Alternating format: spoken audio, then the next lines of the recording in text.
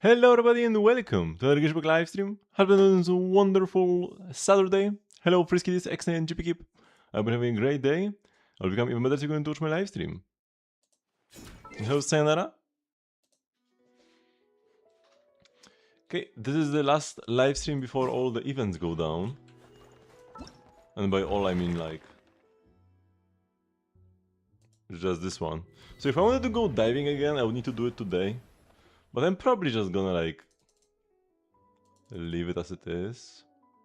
Oh yeah, I do have my Temper Thyself and Journey Far box.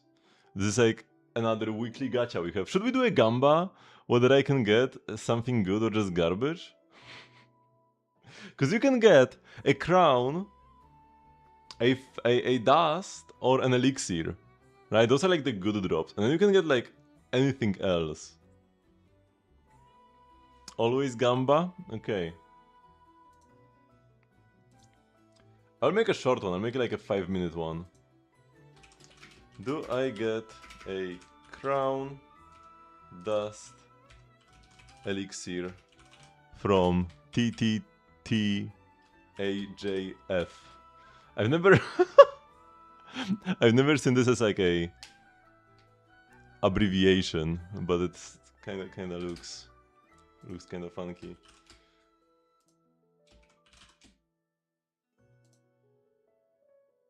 You can get crowns, yep.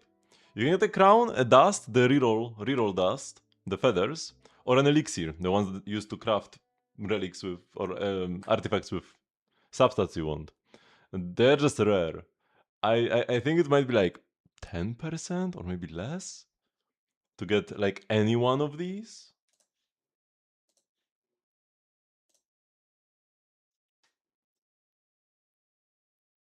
You need to pre-swipe for Odette before your monthly pre-swap for Tsarita. I do already have some funds. I'm already starting my fund collection for Danica. For my C6R5 Danica. This is just like half a patch's worth. Shinznai awaits web event ending soon. This is the one where you just like look at the noses, right? Daily check-in. Oh yeah, there is a code that gives you Mora. You guys want it? I can post a code that gives you 10k Mora and some food.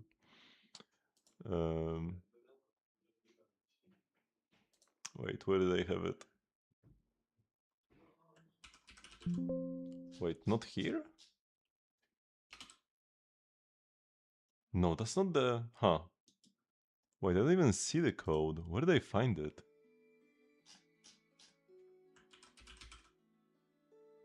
Oh, this one. Here we go. Hello, Daniel Sock.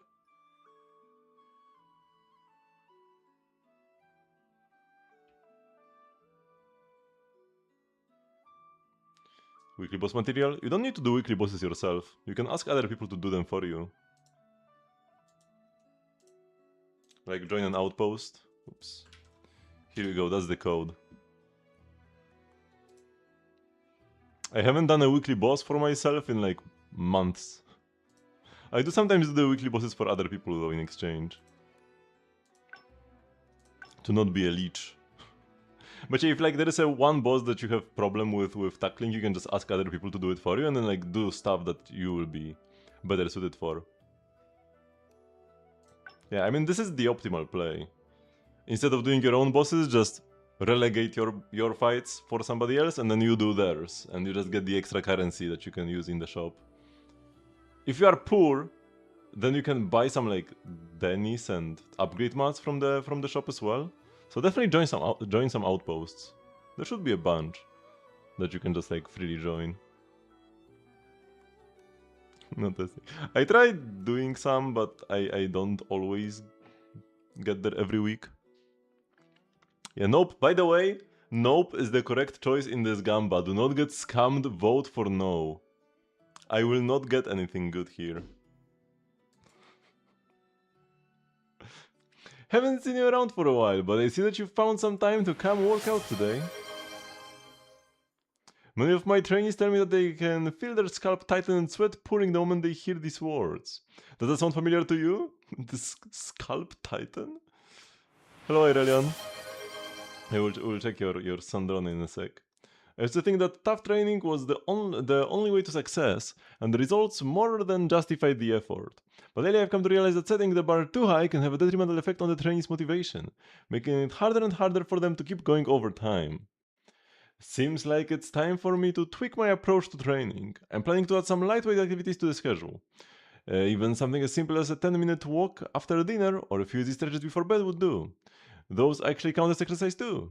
Do you have any other suggestions? And since you're already here, why not come by and knock out a few sets? I can help keep an eye on your form too.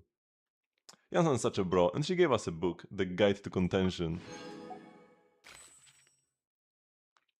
Okay, we need to do the squats before the gamba is over. 1, 2, 3, 4, and 5. I forgot to make the camera bigger, whatever.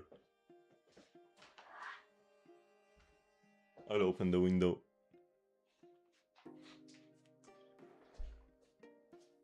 Squats already? No. Some people just come and redeem squats. Do you believe it? Absolutely preposterous. Okay, so Sandrone. So we got level 90. Yeah, level 90 is nice. Not the most important one. Not the most important main DPS to level 90, but you do want to get there. 10 level 10, 6, 10. The skill is also good. Skill and burst like are even-ish. The burst deals more damage, but the skill gets cast like what, 3 or 4 times per rotation, and burst once every 2 rotations on average, probably. I guess you have a bunch of ER, so maybe once every rotation. But yeah, like 8-8 would be better than 6-10. Level up the skill as well, long story short. It is good. Like, the damage isn't high here, but gets multiplied like times 4 from one of her passives. You think EM from Yae? I mean, EM is like a low priority stat anyways, so I wouldn't comment on like low EM, but yeah, icons are definitely nice. Tidal Shadow is fine. As long as you have a healer, make sure you have like a Chichi, Diona, or Escoffier. If you were to play like Yae, Odette, Nicole or something, right, you wouldn't be getting the passive. So yeah, it is a good weapon otherwise. Attack is pretty premium because few characters give it. Alyosha works as well, yeah. I mean, there's nothing on about Alyosha. You have C2 Chichi and you use her. Okay, sure. And yeah, attack subs, always nice. A bit less value when you already have so much attack from the weapon, but it's still good. And yeah, EM, not really the highest priority because you already get so many stellar damage bonuses, but still not bad to see a bit of it. And then yeah, 21 crit subs. I mean, it's not like... mostly it's just because the weapon doesn't give crit. That's why the crit is so low here. So it's okay. You do get 15 crit rate, or 16 from the disenchantment, probably 15 from cryo resonance in most teams. So that's 31. 90 crit rate, 184 crit damage. Yeah, that's pretty good, you know? You do get a bunch of extra attack from Tidal Shadow, so it's not like you are lacking in stats in total. This is not bad at all. You don't need this much ER. Like, her burst is good, but you don't want to build ER for it. So, it's not bad to have some ER subs, but you would rather have them be crit or attack or something, right? So ideally try to find a HUD that actually rolls more into crit than like 3 ER subs, same for the Suns. They're pretty fine for now though. Especially with all the stellar shield we are getting. Slightly suboptimal builds are not that much of an issue. Can Territorial be played in Stellar Swirl teams? Yes. So like, in Stellar Swirl teams he is an off-fielder. In Stellar Conduct teams, ideally an on-fielder. Because he has like 2 modes, right? So you couldn't really on-field Cryo Traveler in a Stellar Swirl team, but like the only Stellar Swirl team plays Mizuki, so you wouldn't want to on-field him anyways. Like there is no Stellar Swirl team to on-field him in. And then in Stellar Conduct, yeah, that's where it's like pretty limited. You can do some co-op stuff if you have like no other characters, but it would be like more like quick swap team with 2 DPSs if you were to play Traveler in like a Sandrone team, a Stellar Conduct Sandrone team. So ideally, either you play him as a main DPS or not at all in Stellar Conduct. Stellar Valka? No, there is like nothing there.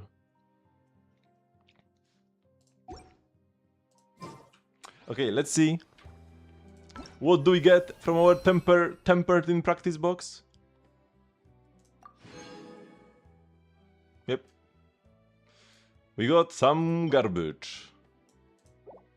As expected. As expected, we got some garbage.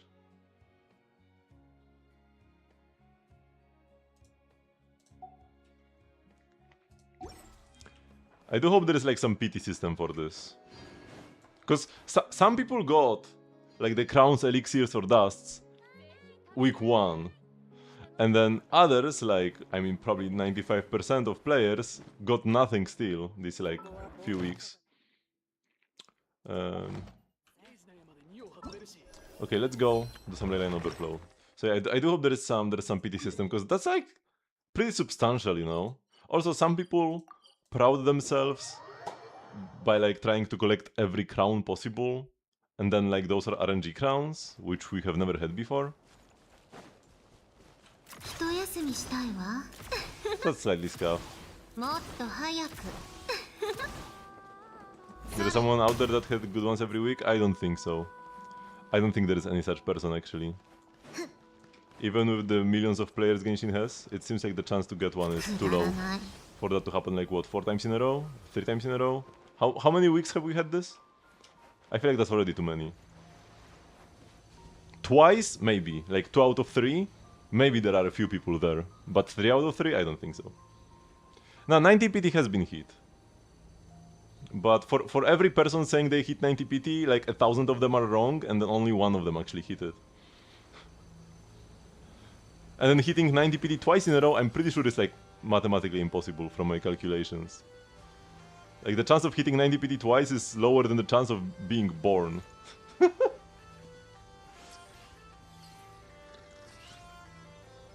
As in like, you were the sperm that reached the egg. The chance of that happening is higher than reaching 90 PT twice in a row.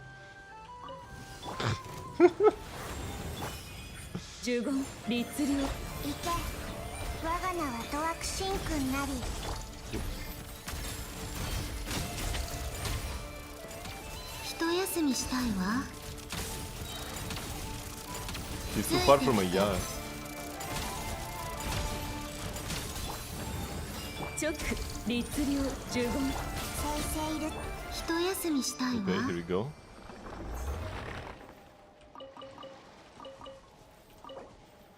Yeah, just use 20 resin. You had to crown Fremine. What?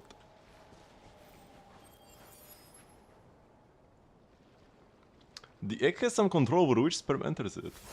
Returns chemical signals to tell some sperm where it is. Ooh, I haven't heard about this, but it's interesting. Yeah, I think you're supposed to do 3.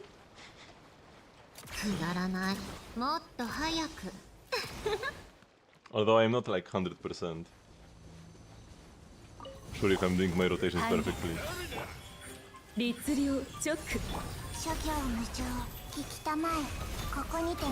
No, the AI skill is perma, like it's not the duration issue, it's more like buff up time from the others. The AI skill can last for longer.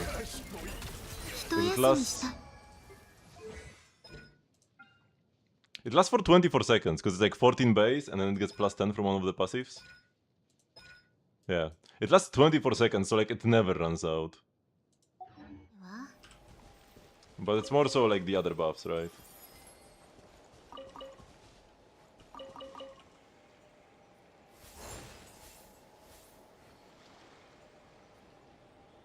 With C1, is it better to go use 3 than Yae than the 6? What do you mean? What do you mean by 6? And why, what has C1 Yae? What does it... What it has to do with anything, actually? Oh, with C1 Sandrone? But it doesn't... C1 Sandrone doesn't really change anything. You still do 3 boops and like...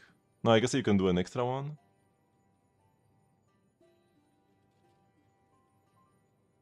But... you You want to go like 3 into skill 3 into skill anyways, I'm pretty sure. I don't think the rotations change at all. Let's see one.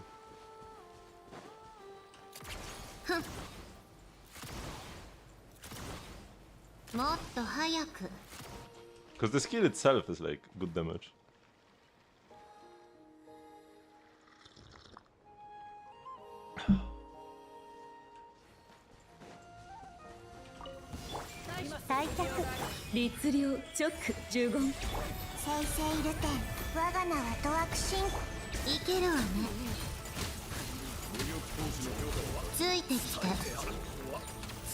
Everybody's dead already?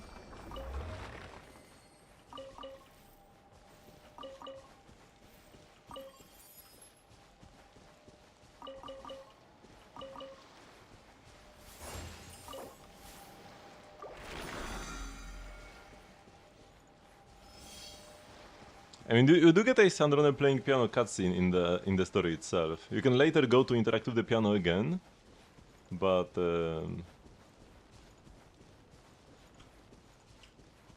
what?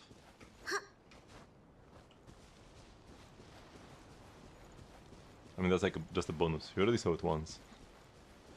You don't have a single Mizuki. Oh, you didn't pick her last year? But yeah, last year I was a little bit like... I was overhyping the Masterless Stella Fortuna. And ended up not like using almost any of them throughout the year. I did finally use one each on Inefa and Fleens. But yeah, turns out picking a character you didn't own yet was a better idea than trying to get an extra Stella Fortuna. We didn't know about like the Constellation event back then, right? The big thing last year during the Selector was that we didn't know about this, I'm pretty sure. Or did we know already? We definitely didn't know about any buffs. Like, buffs weren't a thing back then. And nobody thought they would ever come to Genshin. At least I didn't.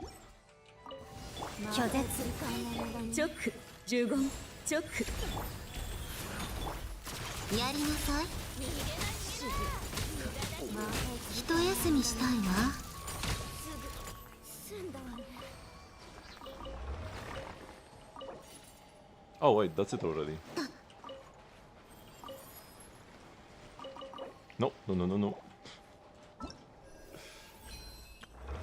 Yep, bonus rewards used up. We still have one more clear tomorrow. How much Mora do we have now? After the event? It actually barely gives anything, to be honest. Let's claim my daily rewards and then we'll spend the rest of the resin on some artifacts.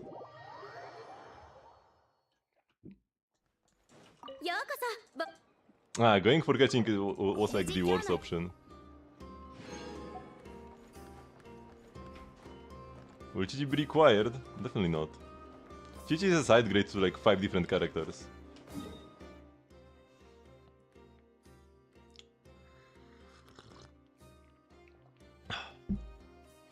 Also, you're saying if Odette releases, is there a universe where she doesn't? But yeah, you can play... Like, if you have the core of Sandrone, Yae, and Odette, then in the final slot you can play Alyosha, Chichi, Nicole, Escoffier, Diona, Beidou. Probably like those 6. And there is like barely any difference, to be honest. I mean, Beidou is like worse than the others. And Diona is kinda scuffed.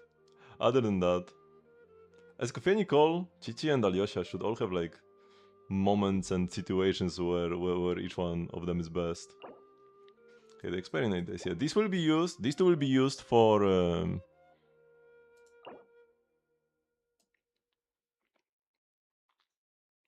like Odette mods and stuff when she comes out, and then the rest will be for the ones that I get next week will be saved for Stygian. Have I done any mice today? No.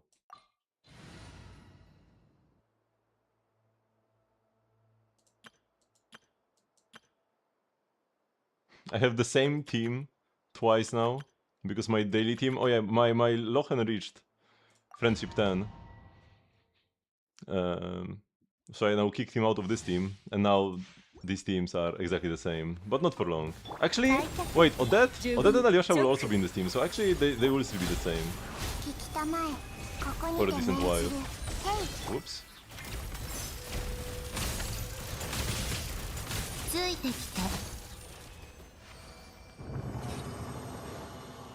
Throughout all of next patch. And only then maybe something will change. HP double crit, that's cope. Attack goblet, poggers, no crit damage. It does have like 2 good substats. It's not good enough though to play.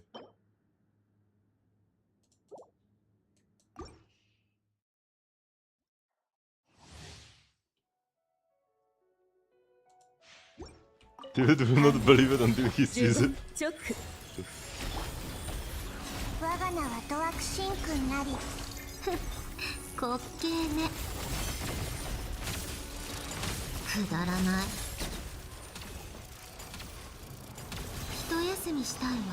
Are you that desperate for Tilted Senpai to notice you?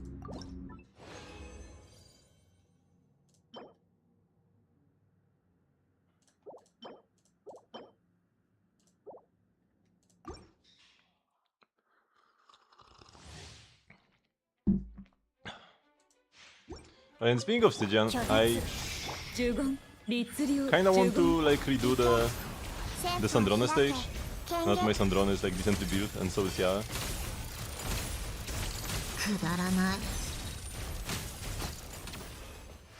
Cause I did it like once. I couldn't do Dire. I didn't bother with the Natlan boss. Oh. No, I couldn't be bothered with the Natlan boss. Just like screw that. I'm passing on that. The field functions are available when showing 5 artifacts in the order they were obtained. Intriguing. If Dire is gonna look like that, I'm not doing Dire. Just yeah.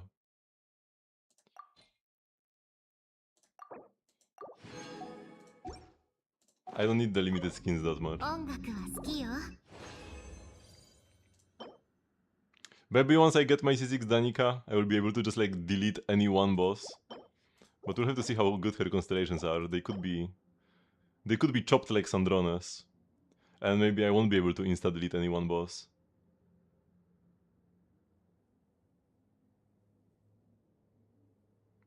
Because Flames, but Flames just shield 75% of bosses. I mean, yeah, that kind of balances it out. Flames is the weakest in terms of raw DPS, but actually has the best matchups. The only thing that doesn't balance out is that then you have like, if you are going for pure damage, Ziba is better than Nefer and has better matchups in Stygian. So like, yeah, Nefer gets the short end of the stick here, because she's neither the best in terms of DPS nor shield.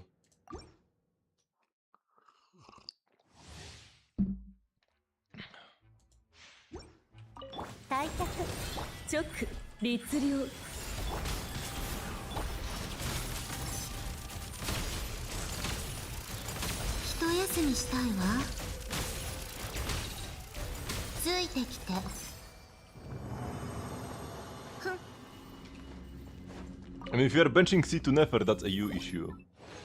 Hello, addicted gamer. Flat attack, ER attack sans. Let's go, Pogger piece. I hate this. I hated this set so much. Oh.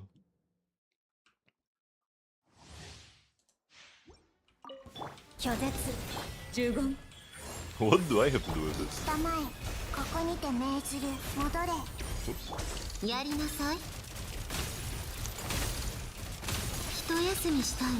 I never really had any intention of playing Nefer. I am the reason you pulled C2? What do you mean by that?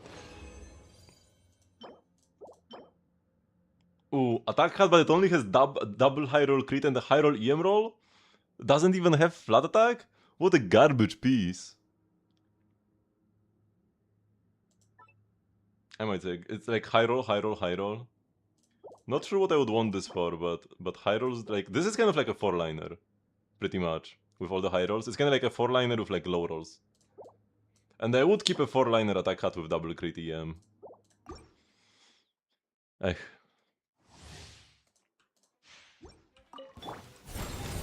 Maybe check for Rune. Rune can deal damage, unlike Control.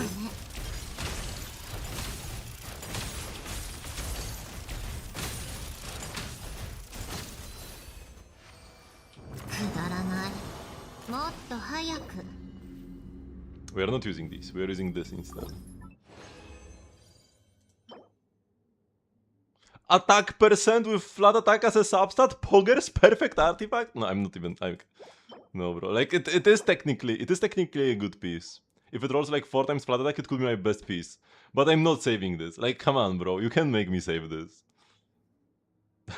Triple flat sub, 3-liner HP% as the final one. I remember saying that Roxy will be as good or even better than Dialine. Maybe her numbers are just high. Roxy doesn't really do anything is the issue. So like, she doesn't have anything special. Just some like stun extension and multiplier, and then she has like good days. But she's the most boring stunner ever designed. So even if she's good now, she will definitely fall off later as stronger DPSs are released. I'm not gonna save this because it doesn't have flat attack.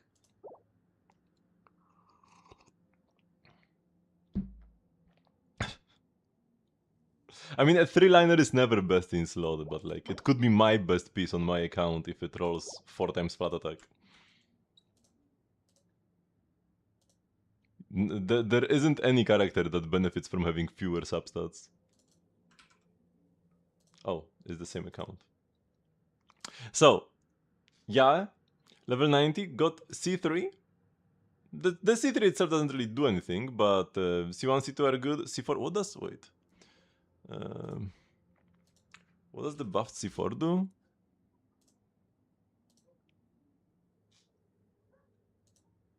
It doesn't show up on the thingy.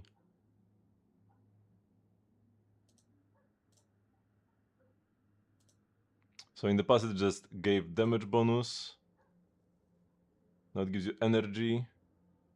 And the burst damage is increased. Okay, so it doesn't give you like any stellar buffs, but 100% damage bonus to burst on top of all the attack and crit you are already playing makes it like decent-ish to click the burst if you have some spare time, I guess. It would be good in main DPS Cryo Traveler teams because you have like spare time. Cryo Traveler has like low field time, kind of like Raiden. Cryo Traveler on field in Stellar Conduct teams is kind of like modern Raiden. High DPS buffs the team, but like low field time. And best played as a dedicated main DPS. In Stellar Sword teams, he's an off-fielder. In Stellar Conduct teams, he's an on-fielder. I cannot skip the fanseries, but she actually has the 1 of the 6 design in the game. Rosaria? What do you mean Rosaria showing less? I know, Rosaria's design is one of the most egregious, actually. I even find it to be a bit too much. But I don't have like issues with it. Like, it's too much for me, but I don't think it's too much for, like, for the game. If people enjoy Rosaria, that's good, but saying similar to Rosaria as in like isn't fun servicey, I don't really see it, because I would say Rosaria is like top 10 most fun servicey characters. Arlecchino, sure. Arlecchino is like well dressed, but Rosaria isn't. Rosaria definitely isn't. She's even one of the characters who got hit with the censorship.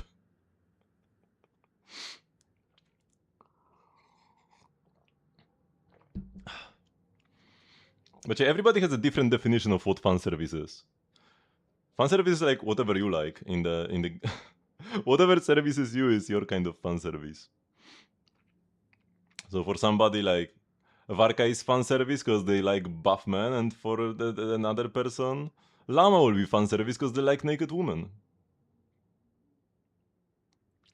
So yeah, where were we?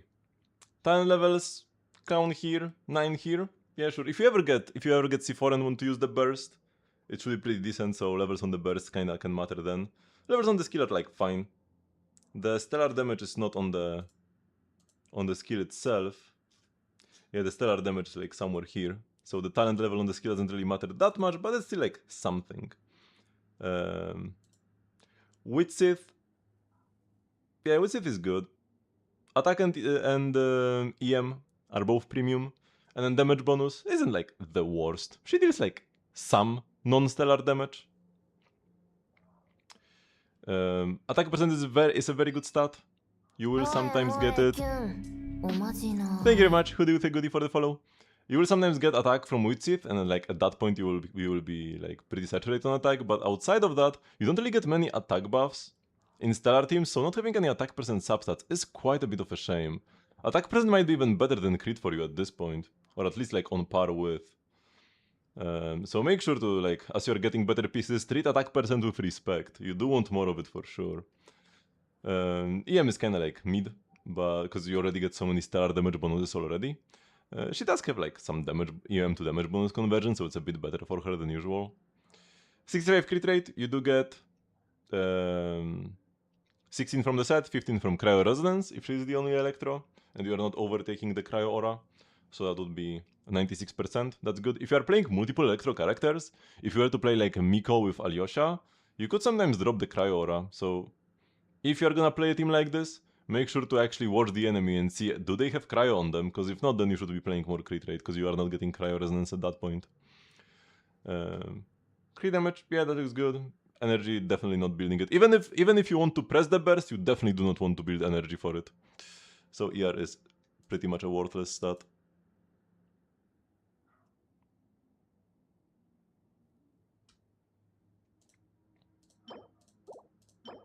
Where were we? I don't think I'm freezing this either. It's a bit too much EM. It would be better as attack percent or crit, but it's like okay by itself, right? It's not really that you have too much EM, it's you have like not enough attack percent. That's the real issue. So converting this to attack would be good, but it's not like you have to get rid of the EM, right? Ideally, like the defense, you have more defense subs than EM subs. You have 8 defense subs. Actually, okay, it's the same amount. You have 8 defense subs and 8 EM subs. I would definitely say that first up you have too much defense, and the EM is definitely a secondary concern. It's still like the 4th best substat. Your pieces should be double crit attack percent EM. And if they already are attack or crit main stat, then like I guess you have space for one dead sub. Flat attack or ER. Ideally does something. But even like, yeah, at that point might as well have Vlad defense there. Doesn't do much. やりなさい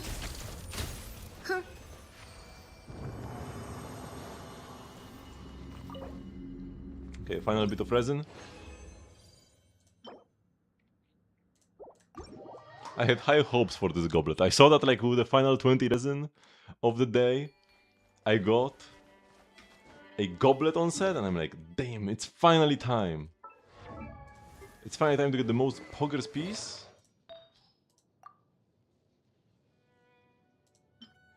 But it was not to be. Should I level this up because it's actually not worse than this? Baseline. Okay, if it rolls crit rate at +4, I will level this up more.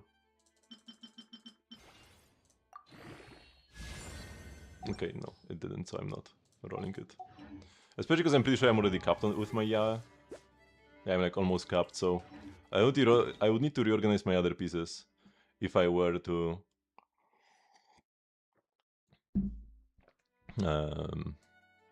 play a piece that rolls more crit rate. Hello, Imenokira. Okay, check my pot. And then grab some artifacts. Hello, Eddie Brook Alpha. Doing pretty well. Although I kinda like didn't have motivation to do anything today. I kinda spend most of the day just like sitting there, not doing much. There are like a bunch of things that I could be doing, but I can't decide what I should be doing. And I end up doing nothing. It's not even like lack of energy, but more so like indecision.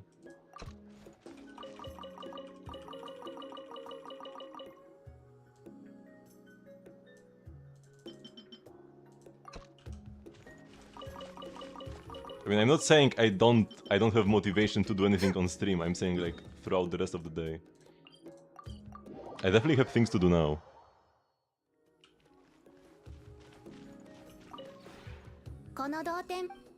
So I'm not asking for like what I should be doing here. If anything, I have too many things that I actually will be doing. Unlike throughout the day, where I have many things to do and I don't do any of them, on the stream, I have a lot of things to do and I will be doing some of them. But yeah, first, I gotta grab my daily artifacts.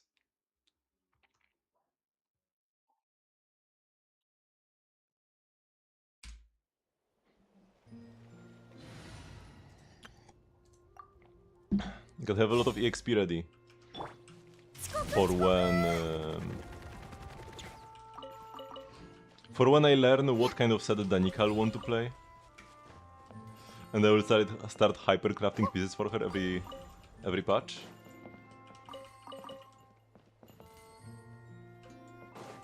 Hello, alternate Xnay. You don't have a life. But yeah, I was kinda thinking that maybe I could start another Xenoblade Chronicles 2 playthrough, now that the Switch 2 edition released. It is probably my favorite game of all time. But I just couldn't bring myself to actually start a new game.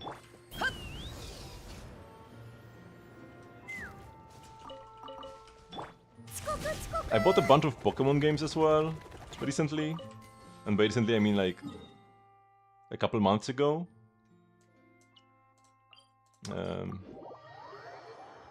I didn't really play through them at all.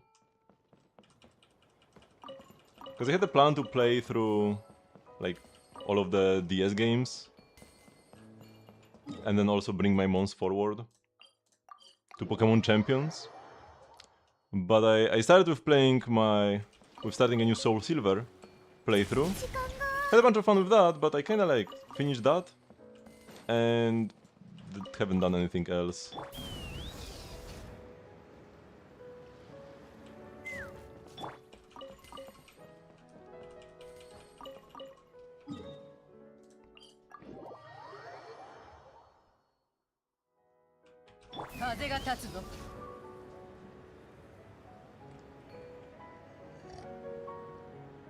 Tomorrow at least, I'll just start an earlier stream.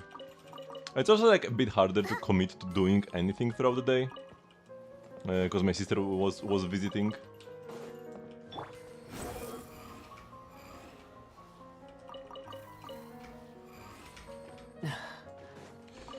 Okay.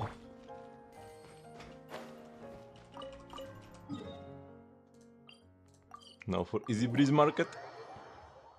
The most stacked place in Teyvat when it comes to artifacts.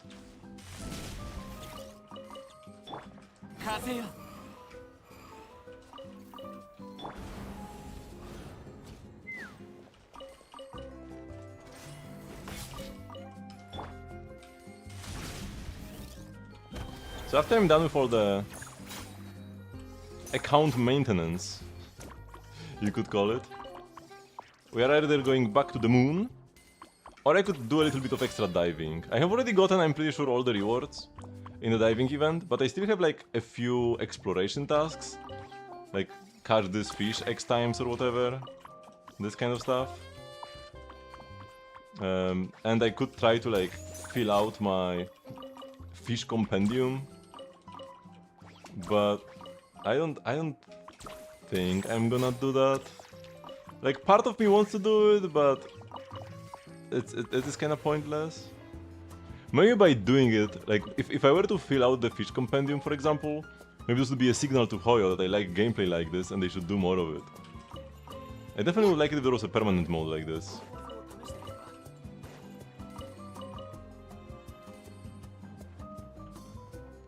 I mean, weapons don't have elements, but yeah, we are getting a 5-star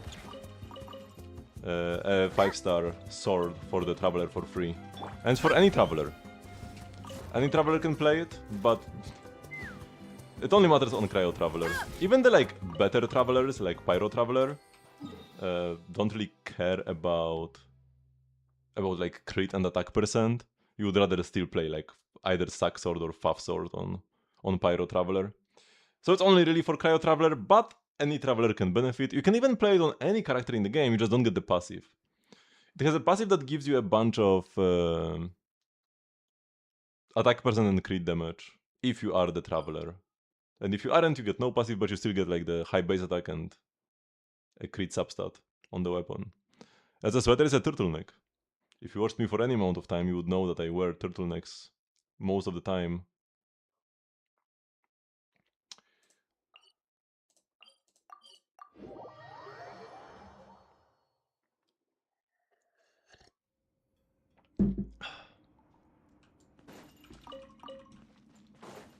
Vampire attire. I don't think a vampire would wear a turtleneck sweater. I imagine a vampire would be wearing like a suit. Looking pretty dapper.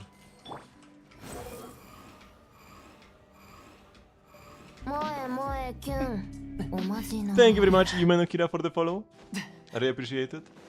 Gonna break my neck. But like, if anything, people around me will be protecting their necks. A jump scare sound. Now, for me, any Ellen sound is always very pleasant. Should I replace this? Should I replace my follower alert with some like Danica gifs?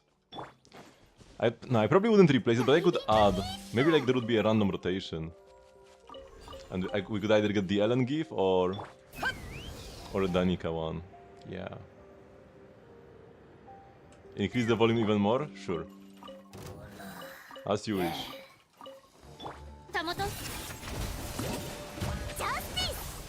I have no energy. Why do I have no energy? Did she like die last time? I think she died from fall damage. And when a character gets revived, they have no energy. As punishment.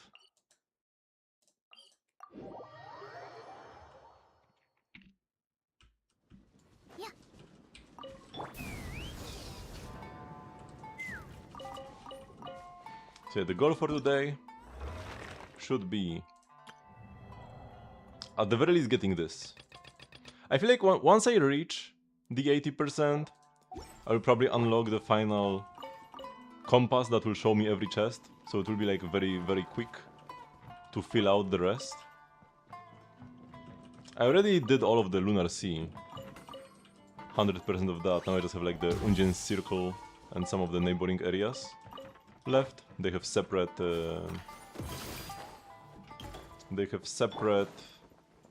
requirements, separate compasses. Oh, that's what I want to say, and separate requirements to get the compasses. And the final compass is like 90. Yeah, but like 90 is fake 90. The percentages you see on the map, like you see 100% way before you actually collected everything. Ooh, I attacked her here, but she died over there.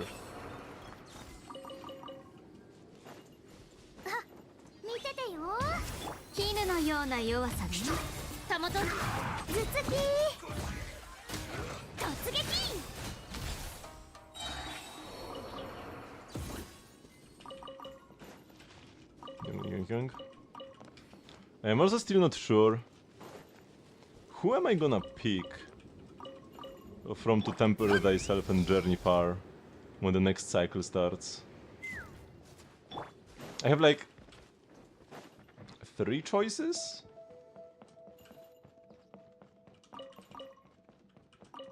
I have like 3 real choices. It would either be Mizuki. She just has the strongest cons from the entire selection. Maybe like except for Ryodesley. Ryodesley cons are probably even better. But I'm not gonna probably playing Ryodesley. You kinda need to get like at least C2. C1 itself doesn't really do much.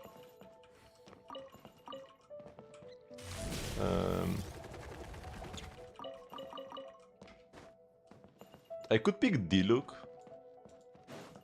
just to get his C6 before I pull it on a banner. Or I could get Chiori, because I just like her. But I think even if I were to get Chiori, I would do it later. So like there is no rush to get Chiori. So it's mostly Mizuki versus Diluc. I kinda want to pick Diluc, but I don't want to be too behind on the good cons. And I still haven't picked Clean. But eventually we will run out of standard characters to pick. Damage Pokemon, you don't think you ever asked what my favorite is. You kind of want to assume it's Polite, but you never know. Yeah, I don't think it's Polite anymore. It might be Joltik. Back when I made this nickname, we had like Gen 3 or 4 as the most recent one. Oops. And my favorite type is definitely the bug type.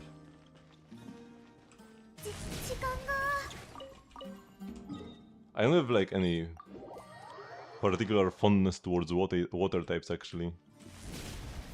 Outside of specifically Polite. I mean, water types are like nice, but there's just so many of them.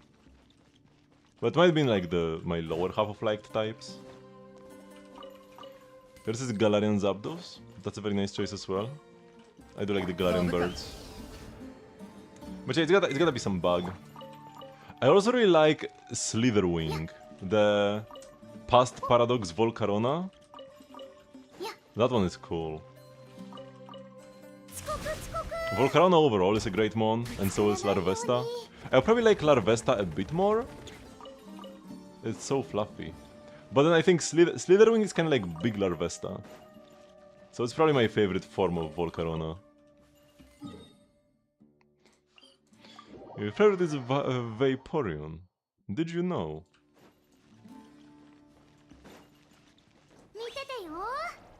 Here's this Espeon. Espeon is probably my favorite evolution.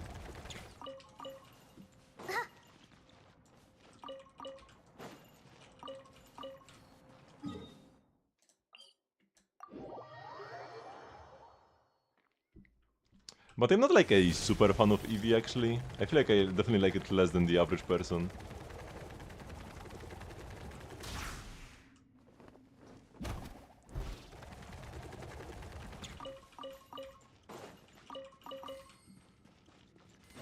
But still, like, it's a nice mon. I can't deny that it's a nice mon. What are some of my other favorites? Oh, I really like Nihilego. Like, outside of bug types. I really like Ultra Beasts overall. I love the concept of these, like, outlandish alien mons. So yeah, like, Kartana, both the bugs, Pheromosa and Buzzwole. But probably my favorite one of them all is Nihilego.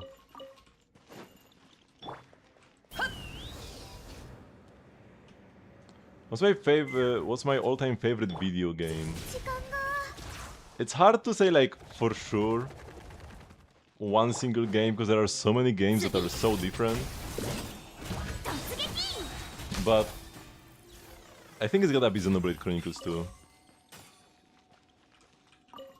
Genshin is also a candidate though. Genshin is a candidate. Pokemon Soul Silver definitely is a candidate as well. Fire Emblem Engage probably is my favorite Fire Emblem. I love the Fire Emblem series and Engage is my favorite Fire Emblem game. So I guess Engage would be the Fire Emblem representative.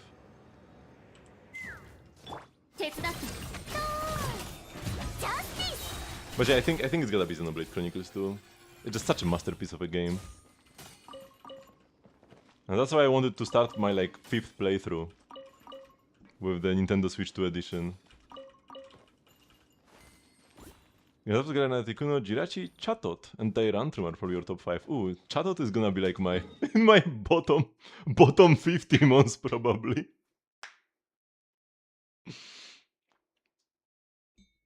Not a big fan of that one. Okay, maybe not bottom 50. There are some garbage mons. Like the monkeys from Gen 5.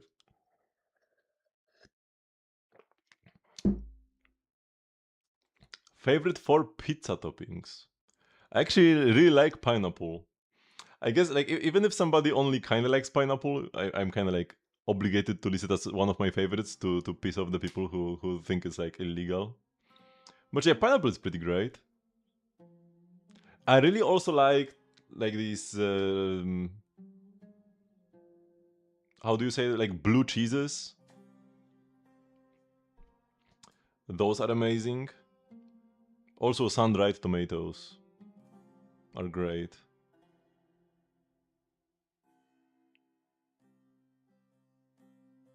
I guess that's 3. What would be the 4th one? Maybe just like peppers. Just like regular sweet peppers. When Minecraft stream? Maybe next year for April Fools. Olives? Olives are good. I like olives. But I prefer them like raw rather than on pizza. It's hard to get olives that are just like... It's hard to get olives that have a strong enough flavor that you can feel them on pizza, but not too strong to not overshadow everything on them. Hot sauce on the crust? Not in the like, not in the oven, but I would have like the crust and then like have a hot sauce on the side. Second Adventure 1, Super Mario Sunshine, Xenoblade 2, Pokemon Sapphire and Pokemon XD. Very nice list. A very based list for sure. For me, like a top 5 would be definitely Xenoblade Chronicles 2, Genshin like I said. I gotta put Minecraft in there as well. And like a Fire Emblem Engage. Mostly just like as a representative. It's not like Engage is much better than the other Fire Emblems. It's just my favorite out of the series and I love the series. And the final one would be what? Oh yeah, like Pokemon Soul Silver. Right? I didn't list it yet. Kinda same, like I just love Pokemon games. And just so happens that Soul Silver is my favorite. But not like by far. 1, 2, 3, 4, and 5.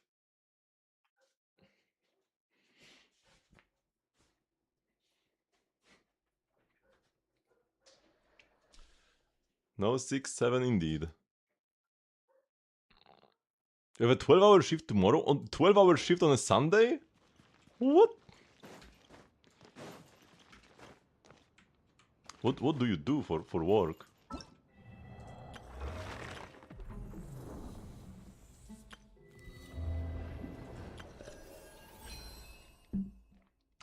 Okay, let's go. You'll answer on Monday. What? Are you doing something illegal? You're only gonna answer if you come out alive? Okay, let's go to the Frost Moon.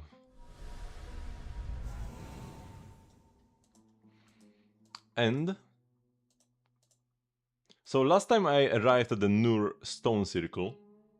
So I guess let's pick off where we left. After I activated the thingy, four like beacons lit up. I investigated one of them, and there are 3 left. There's also the crater, but I think I will go here first and then do the crater.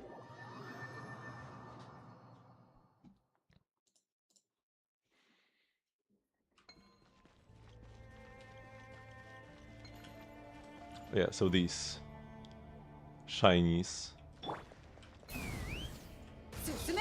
I will actually change to my Varka team. For casual exploration, I actually prefer... This is like the fastest team I can play. To like quickly go around the map, collect the artifacts and such. But if I'm just exploring a new area, and I want to like take in the sights, also have a stronger team combat-wise, but still move decently quickly, this is my team to go. I can still use like... Varka still runs fast, I have Anemo Resonance, and he has the skill to jump. So he's not like sluggish, but I'm not just like skipping everything. Whoa.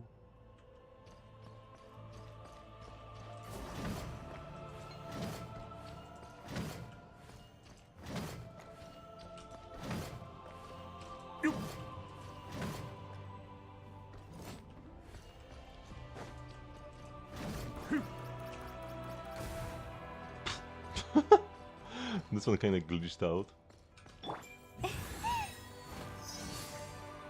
Okay, let's go. Locked. Oh, here you have our exit portal thingy.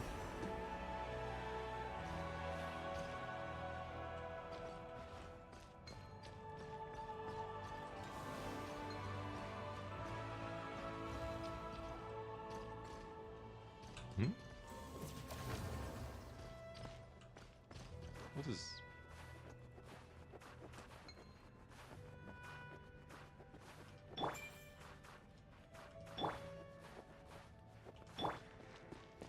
Rune is the only one immune to the power of the sphere. Start repair. Oh yeah, the snake thingy.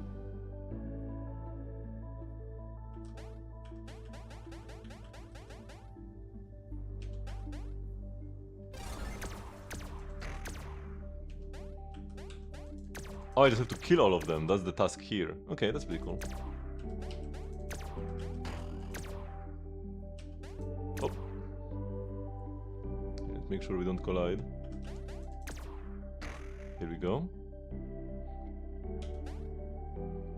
I especially really like the music.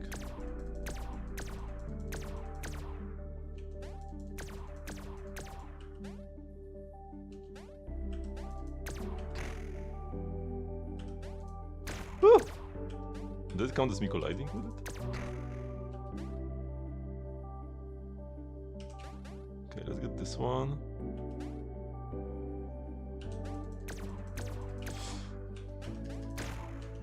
Okay, this was good. There is one more left somewhere. Alright, here we go.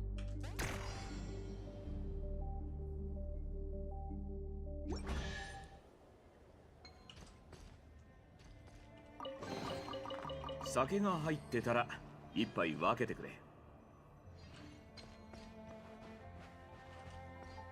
we can interact with the three different ones. Transmit, transmit, transmit. Let's start with this thing. Oh, this is just the thing that explodes.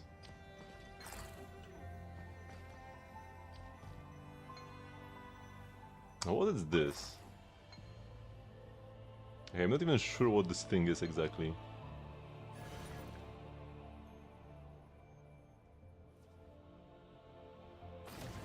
Oh.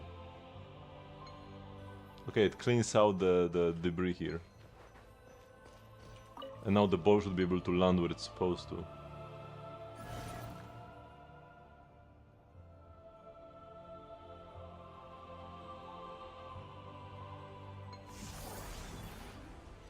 Okay, I see.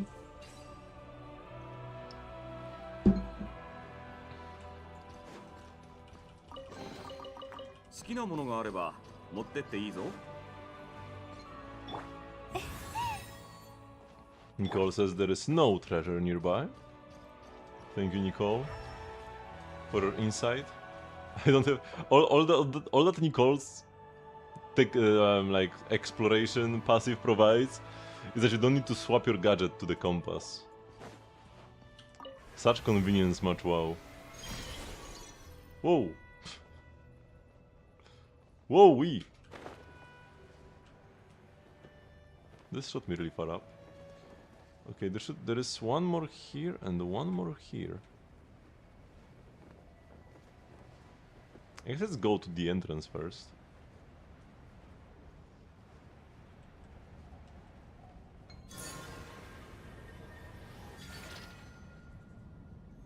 E to shoot. I always forget which button I'm supposed to press. To do what? More snack.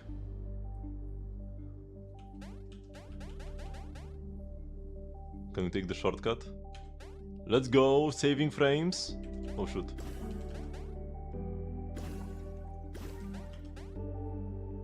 I did mess up the world record strat.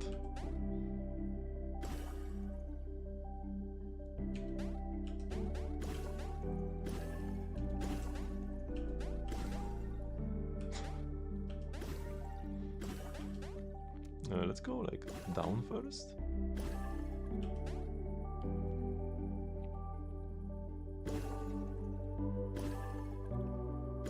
Well, maybe I should have gone up first, because the first 10 spawn extras, but then the next 10 do not, right? Is this how it works? But it should be all of them anyways, so that's good. Yeah, I don't think it really matters whether you go up or down here.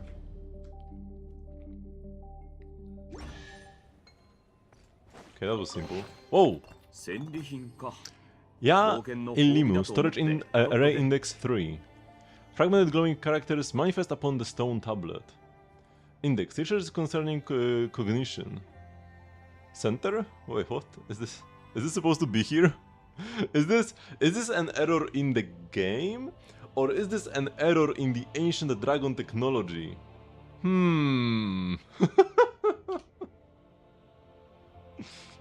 Warning. Index has expired. Please contact Nur Gestug or Ninkigya for updates to access the main text. Research on mass psychogenic transmissible cognitive hazards. Nur Gestug. Induction-based suggestive cognitive construction experiments and their non-implementability. Nur Gestug. Inverse cognitive hazards. A comparative study of 4 types of interdiction and countermeasure. System log, non-public access level, recorder Nur Gestug. Researcher Magis Jetty. Professor Magis' condition is not improving. I am so deeply restless, and my recording duties have suffered terribly because of it. Rusalim says that the word has reached King Apep, and she has already sent her finest physicians. But what is the point? Even the 3 Moon Sisters left behind by Father Nibelung cannot reverse the erosion of the soul itself. What could the Lord of Dendro possibly do? Damn. Apep actually doing something? I guess she did like the dragons. She did like her people. Interesting that it's King Apep. When she seems more feminine. To take my mind off from... But you can have female kings. That is a thing. To take my mind off from this sorrow, I went to ask around about Jerusalem's Project Moonveil. It turns out his design is as conveniently uninspired as ever. He honestly thinks hiding our world under a false veil will keep the Dark Destroyer from noticing us? It is utterly idiotic. Under King Shokoto's rule, even a 3-year-old dragonling, once dipped in Floriston, knows that this kind of self-delusion does nothing more than buy a little time before the inevitable doom arises. And how long can it even last? Tens of thousands of years? Hundreds of thousands? On a cosmic scale, what's the difference? This isn't how you save a civilization. It's like hiding a hatchling inside an eggshell. In the end, it either gets sniffed out by a predator or suffocates in its own shell. Do they honestly believe this is some flawless, long-term solution? Granted, I am merely a recorder, not a researcher, and I have absolutely no desire to meddle in their designs. But if a better alternative could be found, surely Father Nibelung would be pleased. Yes, this is solely for my father's pleasure. That line sounds weird. An idea crossed my mind, though I don't know if it's truly feasible. Theoretically speaking, we could alter an observer's fundamental perception through cognitive interference, or rather a cognitive hazard. If our planet appears to them as nothing more than mundane, barren rock utterly indistinguishable from any other piece of cosmic debris, they would naturally lose any curiosity to look deeper. I'll give it a try, if this can actually be achieved. Failure. A complete and utter failure in principle. After exposing the subject, a deliberately hideous, colossal statue of Lusalim, to cognitive contamination, the test participant, researcher Ninkiya, successfully accepted it as a perfectly normal part of my laboratory. When I pointedly asked for her thoughts on the statue of her father, she looked entirely baffled and asked in return, "Is it normal for Uncle Nur to have a statue in his lab?" And yet, she merely realized the subject was abnormal the moment she left the laboratory, and proceeded to beat me with a stick. She told me to focus on some actual work. I was focusing on actual work. Lusalim, look at the daughter you raised. Even so, this experiment proves one thing. For cognitive interference to work within a specific area, the fundamental principles of perception, the natural order that governs common sense, must first take root across the entire region. To make something's existence pass for common sense within a world, and thus stifle any curiosity to look deeper, the foundational laws of reality must first pervade that world. Scaling this boundary up to the entire universe, however, would require those laws to span the entire cosmos. Naturally, the latter is utterly impossible. Interesting research.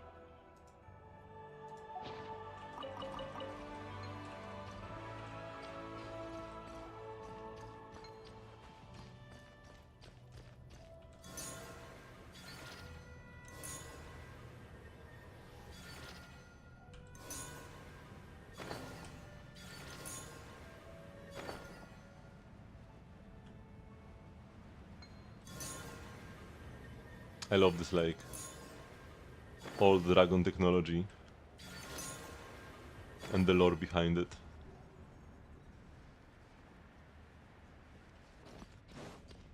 Okay, what do we have here?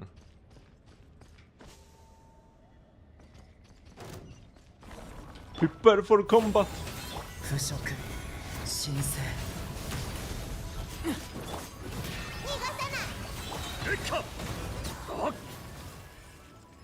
I used all my I used all my abilities.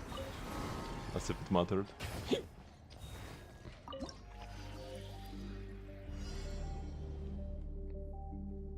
Ooh, here you have to actually dodge the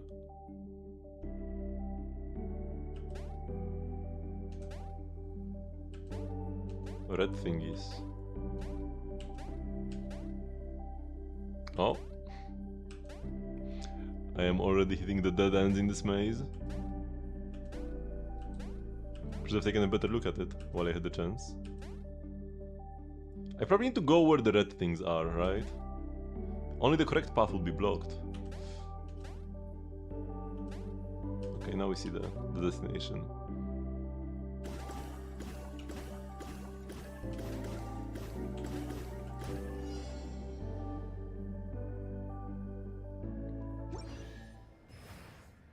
Oh.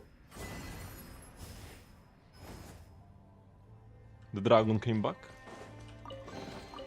好きなものがあれば持ってっていいぞ。 Was there some extra lore in the other two? Oops. That I didn't read? Because the one I did with the ball carrier thingy, I didn't see any lore. I think the other two had lore. I have to say, I will have to see if there is an index 4, because I saw 1, now 2 and then 3. Fragment glowing characters manifest upon the stone tablet. Index concerning the engraving. Index has expired. Please contact Nurgestug or Ninkigia for updates to access the main text. Dynamic principles of engraving, an advanced orbital adjustment and payload management guidance system. Ibn Bellum. Phase 2 retrofitting of the orbital positioning facility in Niflheim. Constructed by Moongazer Ibn Bellum, hereafter referred to as engraving, is complete. The data storage array has been successfully mounted. Retrofitting of the orbital positioning facility in Niflheim. Referred to as engraving. Downlink testing from the lunar terminal to the surface receiving node has concluded. Both data throughput and fidelity significantly exceed initial estimates. Deployment of this redundant node will effectively enhance the overall structural robustness and fault tolerance threshold of the storage array. In the event of unforeseen extreme circumstances resulting in irreversible damage, including but not limited to physical destruction and cognitive contamination, to the primary lunar storage array, subsequent researchers will retain access to the backup storage array in Niflheim, ensuring the lossless retrieval and recovery of core research results. The original engraving has been reinforced. Countermeasure testing against and weapon systems has concluded. For detailed records, refer to the appendix. Despite its original design intent, the facility is capable of serving as an emergency bunker. May the creator be forever crowned with supreme glory. Ibn Bellum was a huge, like, Nibelung glazer, right? Oh, wait, what were they called again? Wait, where here? The Ilimu storage index array, storage array index. I want to see if there's a fourth one, if I should like go looking for it. Or if there are only 3.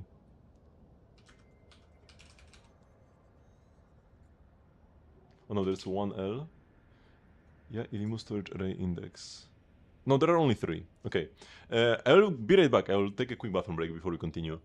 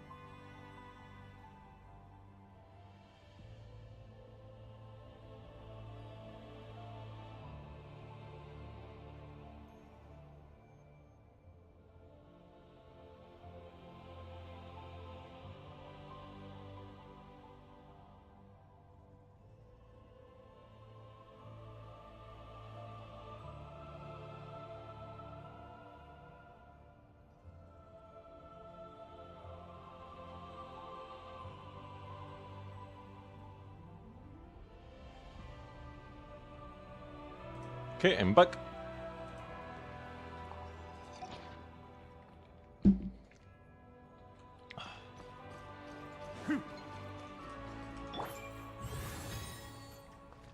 No relevant clues nearby. Even though there is some chest hidden in a corner, we'll be able to sniff it out later once we hit the highest level compass. Because like, there should be something there, no? Or have I already been here? This is one of the 4 sites.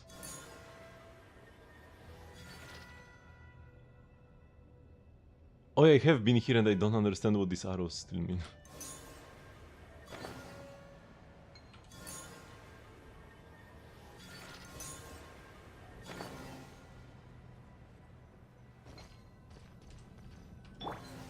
Let's go! A dragon and a dragon. There's more of them! Will there be 4 snakes because I completed 4 minigames in this area?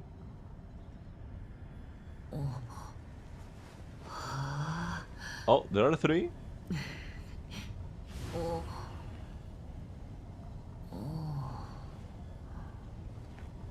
Wonder what would happen if I jumped from this one to this one up here. Oh, and there is 4! 1, 2, 3, 4. Wait, is this 5? 1, 2, 3, 4, 5 dragons? Oh, there was an initial minigame before the 4. So there were 5 in total.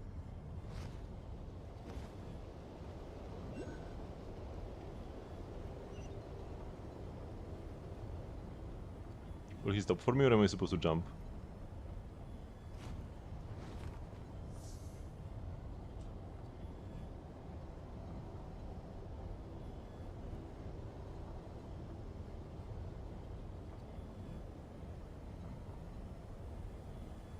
It does seem like he's slowing down.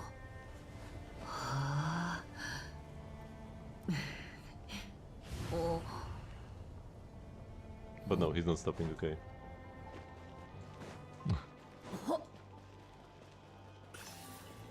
Oh, I can sit here.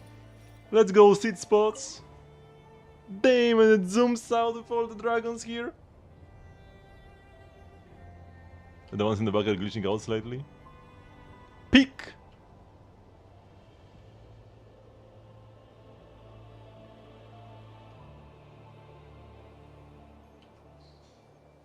I love it.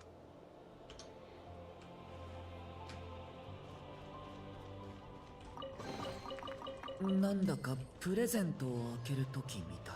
And the guide to 緊 Moonlight? 張するね。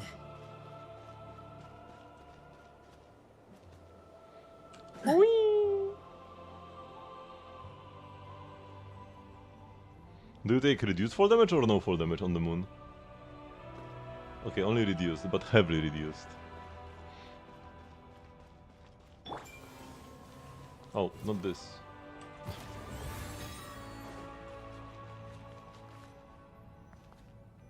Oh, here I can resummon the dragons.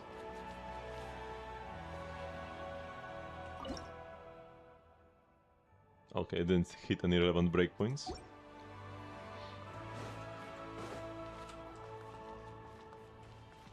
Okay, so now that we're done with this area, let's go to the Traveler's Crater. What is this red exclamation mark? Just this? Oh yeah, it is. Thank you very much, Umar9 for the follow. The red dot just is all of these things. The items forged and rewards and stuff. The unclaimed Imaginarium Theater rewards is the resin. I claimed the Primogems, but not the resin. Since the resin is will be left until next week, then I can claim it, and I will be able to use it when the new Stygian comes out to farm the new sets.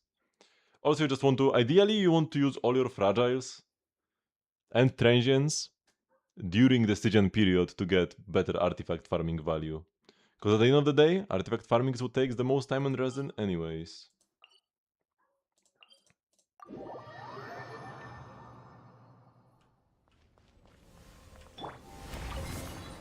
So you want to do it when it's cheaper.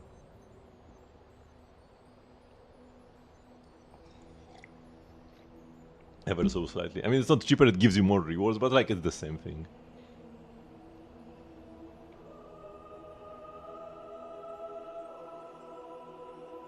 You can extra engine today for your birthday? Happy birthday! I got an extra one last month as well.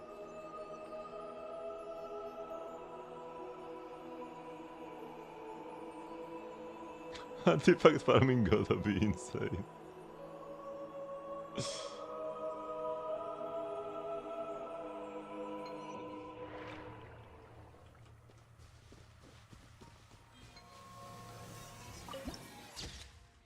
The next journey added to the archive. When we were here last time, this place was barren, right? No flowers or anything at all? Did Columbina make all of this?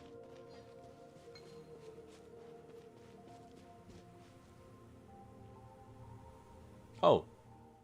I was hoping it would be voiced like the Moon Sister dialogue, because we had some like exploration related, like if you venture to the golden house or golden something, you can get some Moon Sister dialogue, and that one is voiced. But this one isn't. This is like so random. Why is this not voiced?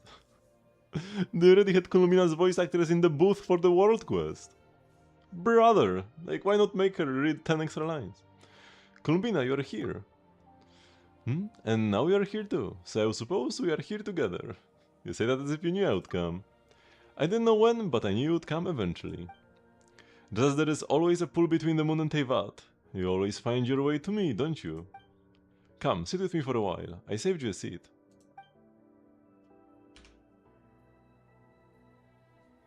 Her ship has ended. Last time we sat on your ship, we were looking at Teyvat. Let's look at the stars this time. Ninin and those who came before her were drawn to those stars. There must be a different kind of gravity there. I can feel it. Ninin and the message she sent. Don't worry, she's not in danger.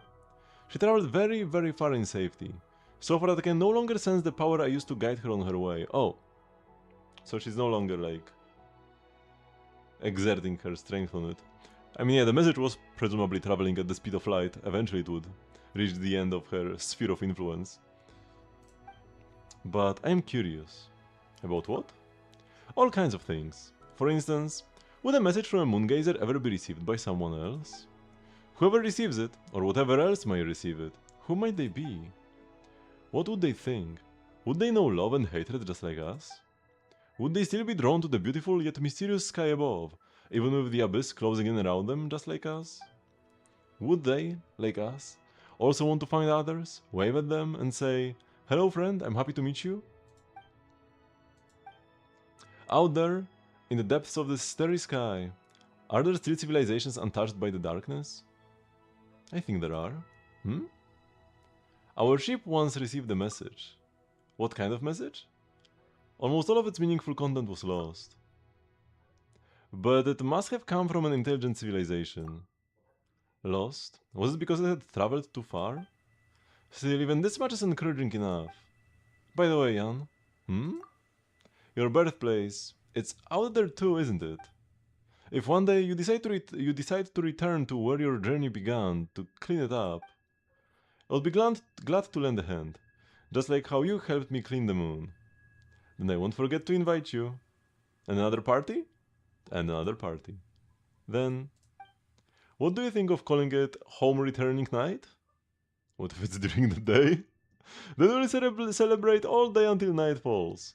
We can invite all our good friends. Sounds like it's gonna be very fun. May the night arrive beneath clear skies, with friends reunited.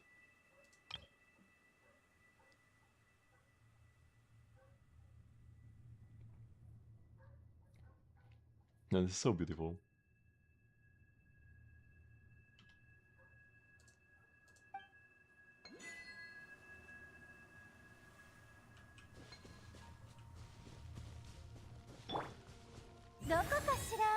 Well, there are no chests here, just the one Oculus. Oh, and you hear the like Columbina theme? Oh! I fell. Bro fell off.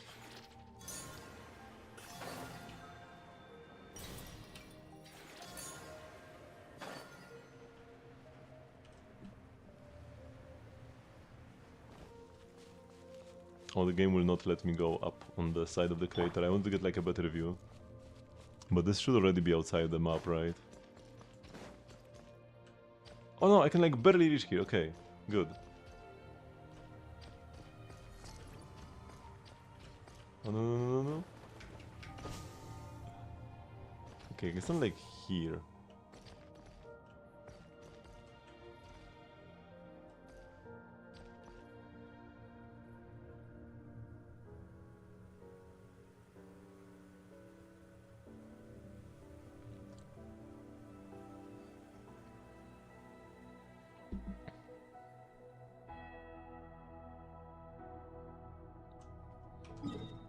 Okay, we can spend here all day. So there are still places I haven't gone to at all. Like the bubble pool. So we should probably try to go here next. Like Golden Hall is the location. This is where people from the Earth who came to visit the moon before the War of Funerary Flame, I'm assuming? During the period after the Heavenly Principles came? Because that's when the humans arrived. But before Nibelung came and killed off the Moon Sisters or imprisoned them. Yeah, so we still have a bunch of stuff to do in the Ungen Circle, but I will first check out the new areas. If I can, even. Oh yeah, I can. The bubble pool. Let's go.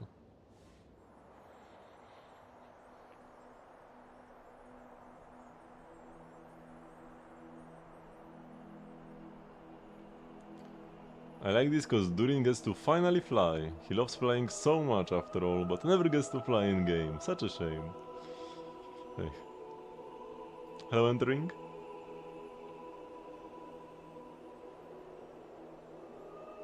Look over there! That lake is full of colors.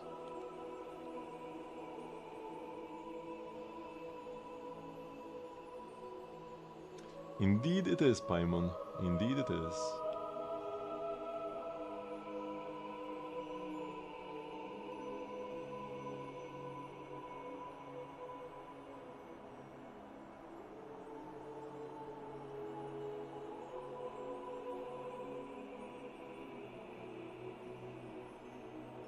What, are we just flying over? You can leave the high-speed transit line at any time to explore the nearby area. Ooh.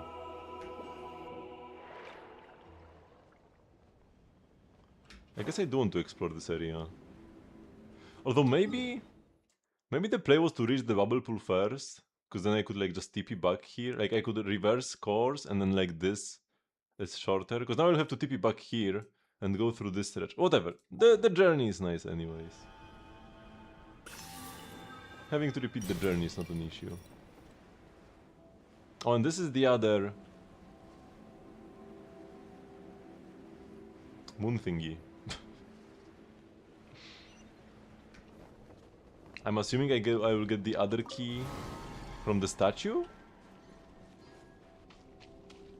of the 7 or what?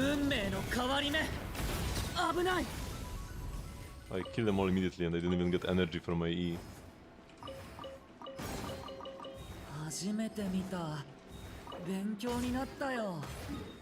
Let's make sure to mark it.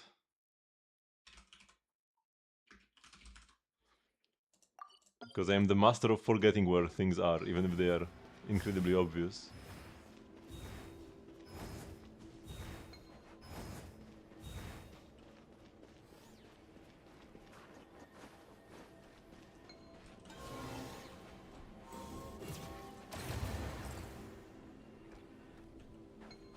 Bro got his ball.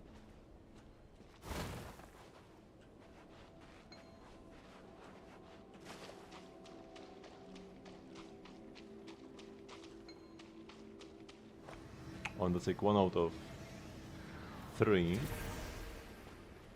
Okay, not enough energy. Oh, this is where the slime is. Let's go.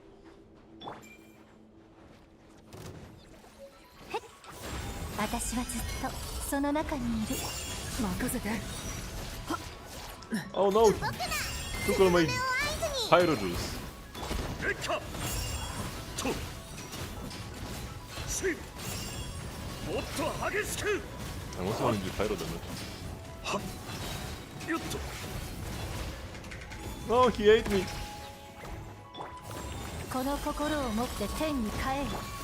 危ない。腐食神聖。マークするのだ。私がやる。 Like, oh nice, you have the shield. I thought I ran out of it.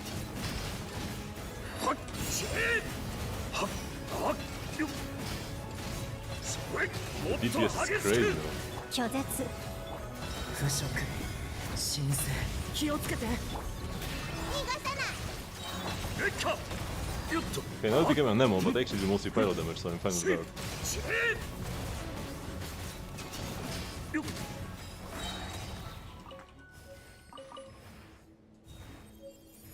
Oh, I got all the achievements first time without like trying anything special. I thought there would be one to kill him when he's like in the down phase. There's usually one for that. Hello, David. I was thinking about you recently, actually, about my favorite Blizzard enjoyer. Because Blizzard's trailer is saying it's like first resurgence in like 4 years or something. Blizzard's trailer is actually like an okay option for Stellar Sword characters.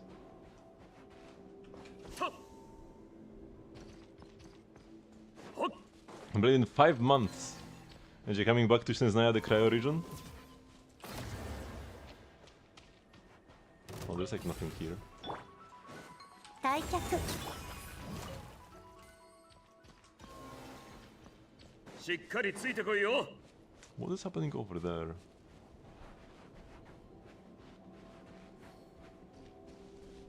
Oh, you are not sure if you're gonna come back for Snezhnaya? Ooh.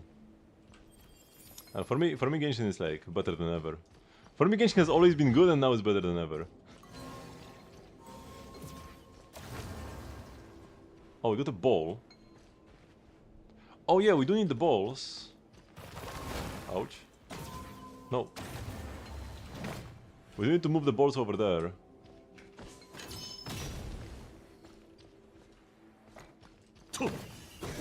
Oh no! Oh my god, I yeeted it so far! Okay, let's not use chat attacks for it. Let's not use chat attacks. しっかりついてこいよ。 Slowly but surely. Just tapping with the claymore. Oh my god! What?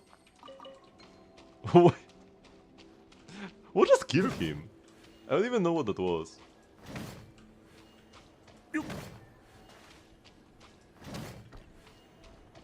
Oh, this is actually the like thingy that will let me travel further, right? So if I enable this, I will not have to return back to continue my flight.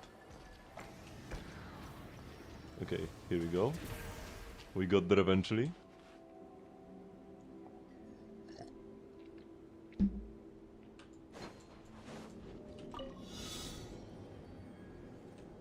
Use Arcane Nipples to destroy 79 slimes. Do I need to use these?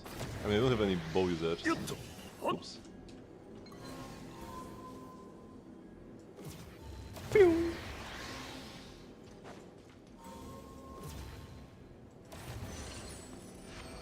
What was the down arrow? Oh, because this is where the ball was. I found the ball before the slimes told me because I used Elemental Sight, and I saw that these rocks can be moved. I used the 1.0 feature to outsmart a 6.8 puzzle or whatever, 6.7 Luna 8. Okay, what is happening here?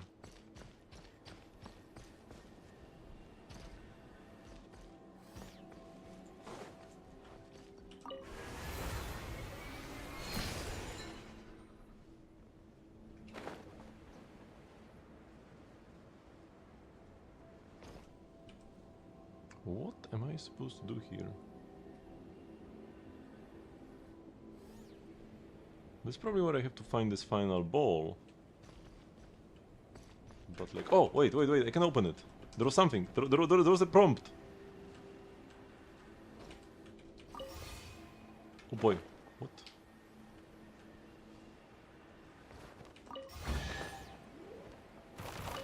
Okay, but I wasn't able to enable that one on the top. 反逆 That's why I was slightly confused.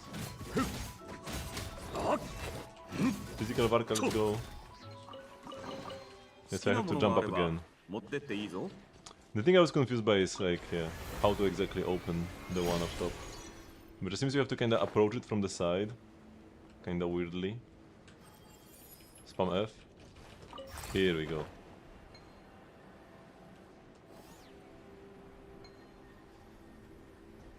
So will this guy pick it up or do I have to do it for him?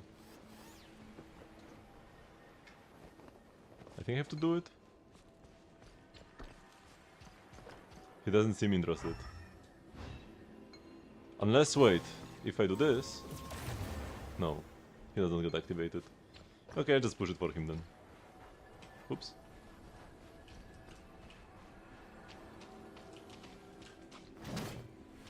I love pushing balls. We need more environmental interaction like this.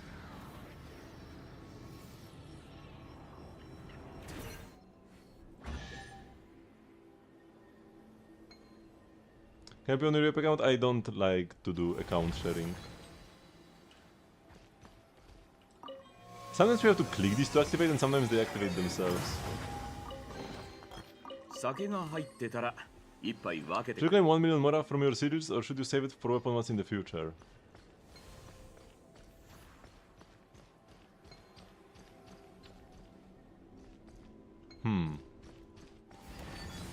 I mean, if you don't need the mora right now, if you ever need mora to like level up a character to clear some endgame that otherwise you would miss out on, then you could claim it, but there is no rush to do it immediately.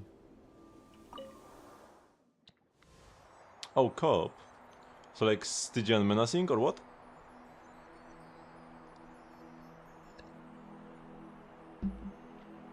I should have used Nicole's charge attack, but whatever, we can return here later. I will have to return to open the box anyways. You have anything more right now? Say, just hold on to it. Is there with a boss? Okay, sure.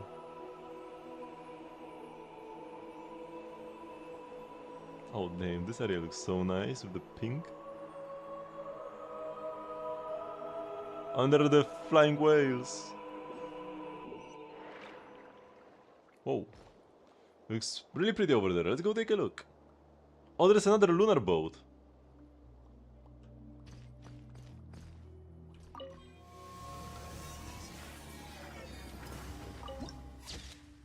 The Iridescent Lake added to the archive.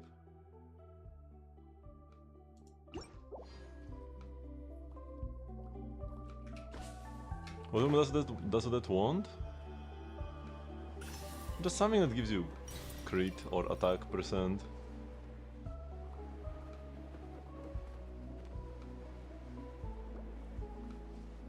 If you have some like 5-star weapons you don't use, 5-star swords, wait.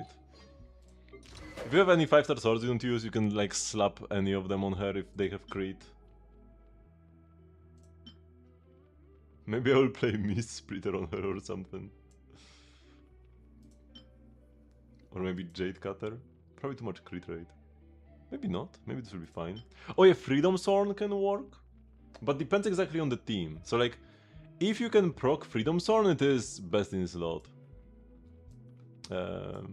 But you need to proc a reaction. And to proc a reaction, you need the aura on the enemy to not be cryo. So if you're playing 3 cryo characters, or if you're playing a Stellar Swirl team, where cryo cannot proc any reaction like at all, then this just doesn't work, right? You can't get the 2 sigils. But if you are playing like 2 electro characters maybe, and there is like an electro aura now and then this could work, and would be best if it works. Okay. How do you co-op mode?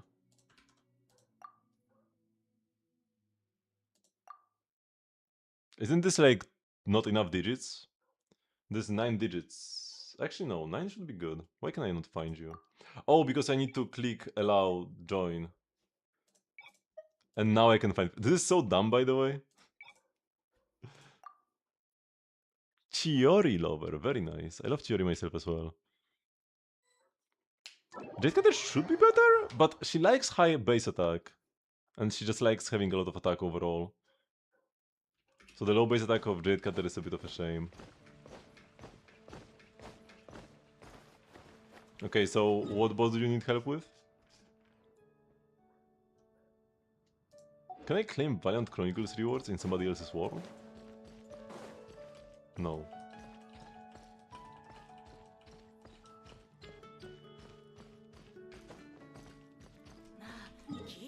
Oh, keep it somewhere.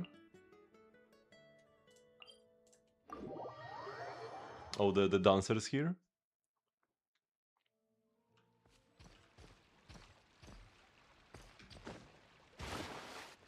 I'm enjoying the flowers as I go.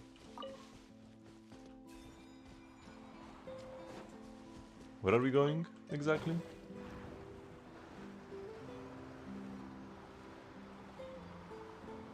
Oh yeah, to the dancers. I think it's faster to TP to the fountain.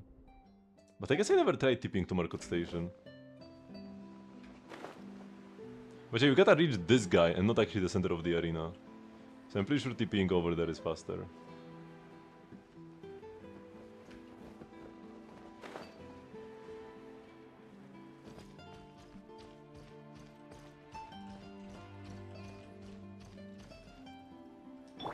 How does it actually look like for me if you activate the boss while I'm here? I've never done this in co-op before. Or actually no, I must have done it once for an achievement.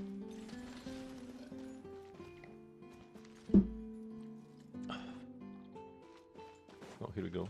Oh, that guy's pretty low. I hope this won't cause me trouble. 強がらない。 Ah! 任せて。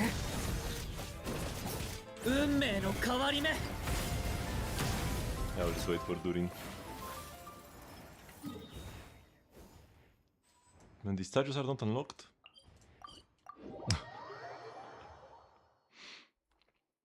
I gotta heal up a bit here.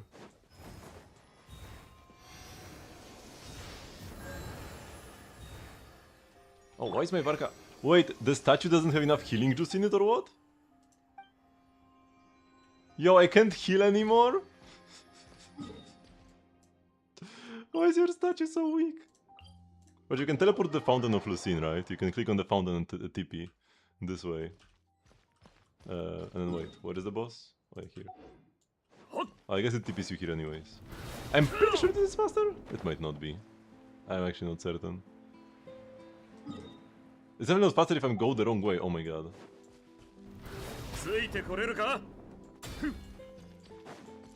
Which I think that the statue juice scales up with world level maybe? Oh, they don't have 100% healing activated. Oh, that could be it. They only have like 50% healing activated. You should change your statue to heal you up to full.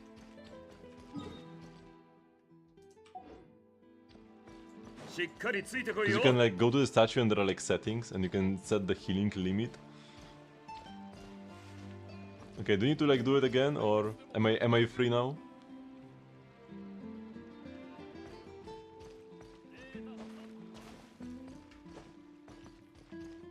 Drained out 4 colors. Yep. Like Saya coming to my world with a 1 HP Nilu. Trying to drain all my statue juice. As if it ever matters. Again? Okay, so I'm just waiting here. Unless you want to do another boss. No, we're still here, okay. Maybe your way is faster to DP here. This versus this, it's very similar on the map. But here you have the like shooting thingy.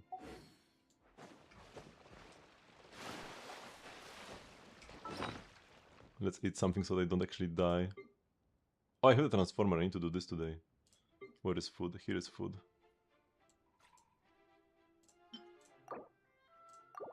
Nah, let's not use the special dish, let's use this.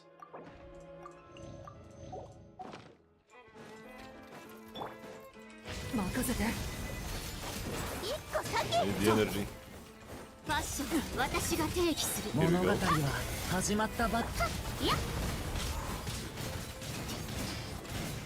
Here we go. Okay, this time I took 0 damage.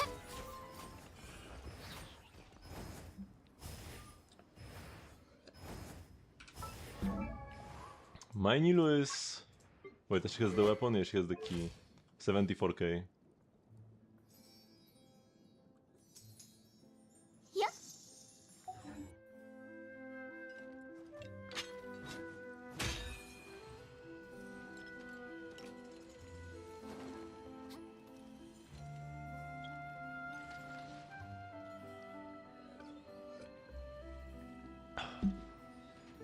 So do you need another round? Looks like you're not talking to the guy, so maybe not. Oh no, you are okay. 危ない。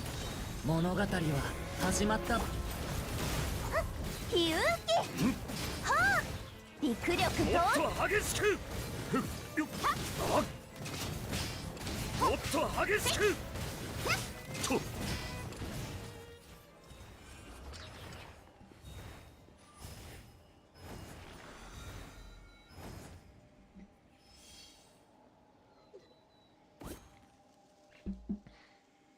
They made the changes to make bosses respawn faster, but this is the one boss that's not really like affected much by the change.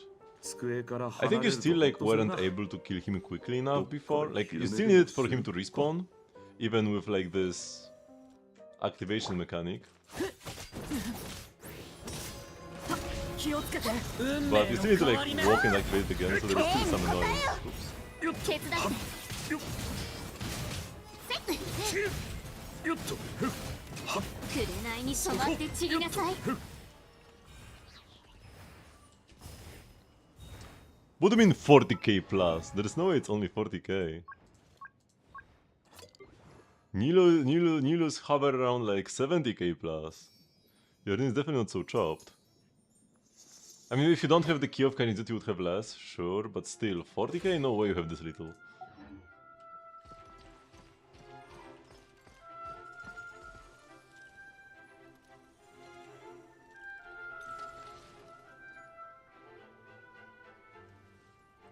Yeah, about 71k sounds better.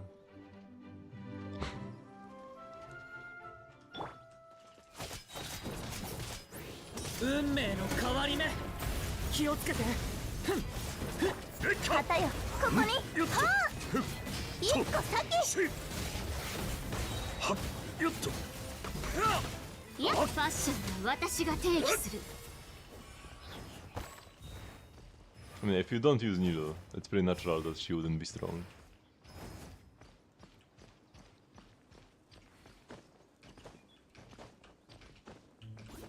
Because even for theater, your Nilu build does not matter, because you only ever use her for Hydro up. Wait, bro, how much resin did you have? What? Are you using like a bunch of the fragiles here or what? 運命の変わり目。任せて。レッカとそれチェよっはっはっはっ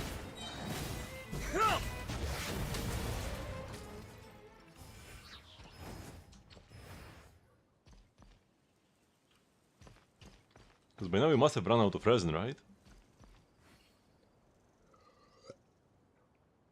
500?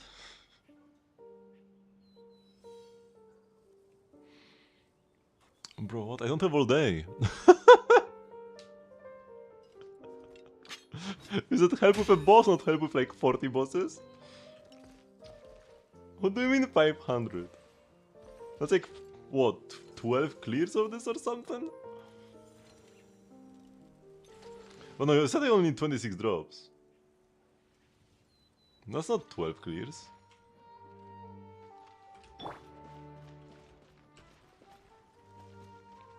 物語は始まったばかりだよ。危ない。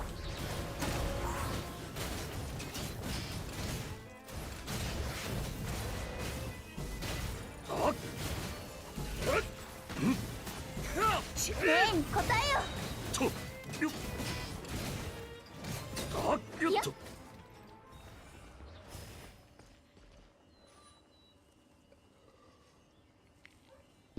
Probably the Parmectic Transformer. But it's better to use the Crystal Sea in Azuma than Nilu. It's faster. And Escoffier thingy as well. Escoffier healing. Escoffier cooking thingy.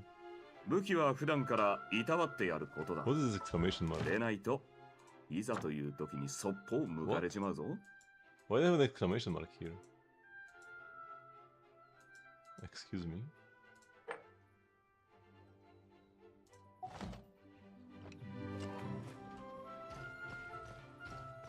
You drops. Oh! Yeah, because you're on a lower world level. 運命の変わり目。北風が制圧する。 I thought it was better because the boss is like immune to damage at first anyway. 死に装束は縫わないわよ。浮力増進。 Because at the highest world level you're guaranteed 3 drops and sometimes you get 4. But yeah.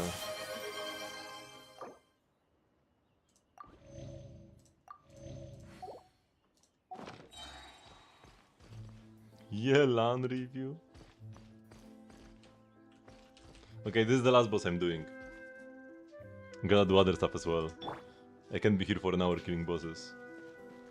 And then I will do the LAN review and I will return to exploration.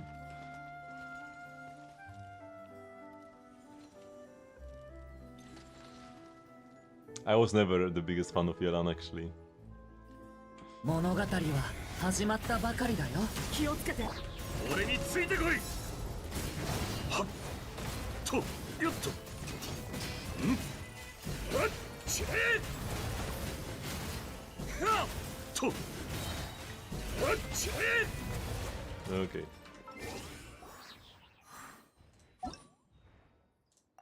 See ya. Shinji's my favorite. She's not that bad. Shinji is like my least favorite character in all of Genshin. She's not there.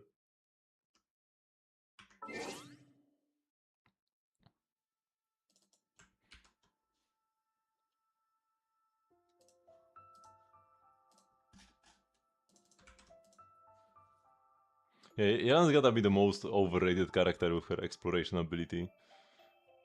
Pretty much any Natlanese character is better than her. Even at C1.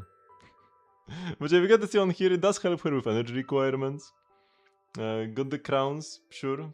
I mean, her damage is kinda like, you don't play her for her damage anymore. So the crowns matter way less than they used to. But it's something. Aqua Simulacra, not even the best option on Yelan anymore. You want like Fav or something else to support your team, but usually Fav. Elegy could be a play as well.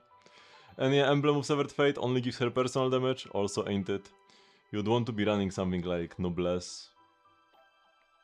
Also gives her burst damage bonus. So even offensively it's not that bad. But yeah, like Fav and Noblesse is what you gotta be running on Yelan nowadays for optimal results. 85 crit to 268 crit damage. Also, if you want her to deal damage, this crit rate ain't it. Right? You gotta be capping your crit rate on Yelan because you have so much crit damage. From the Aqua. Yeah, probably fine with C1, but yeah, you can play more to not waste time on 2Es, because you know you want to waste as little time on Yelan as possible. So ideally you just want to E once and then burst. So Eing twice is a time loss. So you do want more ER to not have to use 2Es. And then with all the damage bonus you have already, you probably would be rather running an HP Goblet, but yeah, doesn't matter much anyways, the damage. Her damage is a rounding error. Is feather for the value 28.8 plus 21.8? Yeah.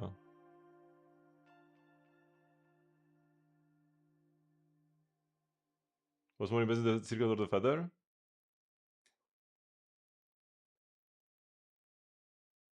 For Yelan specifically, definitely the circlet. Because an 4-liner onset hat with 2 good subs. Doesn't have 80%, which like is a big shame. But it's definitely better than an offset feather, which also doesn't have ER. I guess the ER doesn't matter, like I said, so maybe this is like actually perfect. But it's an offset, and it's a feather. Feathers are way easier to get. So the hat is more impressive.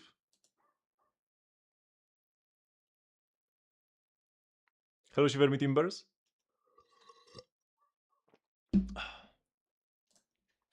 Okay, we got Inefa. Level 90. Yeah, sure. Got Crown on the skill. Doesn't really matter much. It's just for shield strength. But her damage comes from her passive talent only. But sure, that's a stronger shield. Isn't a bad thing for sure. Sig is very nice. 40% lunar charge damage for the party and an extra attack and nice crit for Inefa herself. Attack is always a must. Attack subs also always welcome. Would be nice to have like more attack instead of the EM, but EM is like also an okay sub, just like attack is better than quite a bit better than EM, right? You are playing Obate, so you aren't getting any extra crit rate. You just have 76 to 237. Not the best ratio. You have a decent amount, like you have a pretty good amount of crit subs, but you just want you would want them to be like assigned differently. You probably just need to play a crit rate hat. If you have any decent crit rate hats with crit damage and attack percent substats, would be best to switch to that. Also 0 ER, I mean, if you don't have enough energy with Inefa to burst, you just don't burst and it's okay, but I have found more success with playing a bit more ER on Inefa. But it's like can depend exactly on what kind of boss you are facing, so 0% can be fine, but would be nice to have a sub hero there. Definitely wouldn't be a bad thing.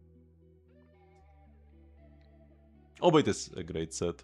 Just remember somebody in your team needs Silken, but yeah, it's on Columbina, so that's good. Oh, you have C1 but not C2? C1 is kinda bad, C2 is great though. A shame to only pull one of them. If you were to only pull one thing for Columbina, would have been better to go for the Sig than C1. But if you pull two things, then C2.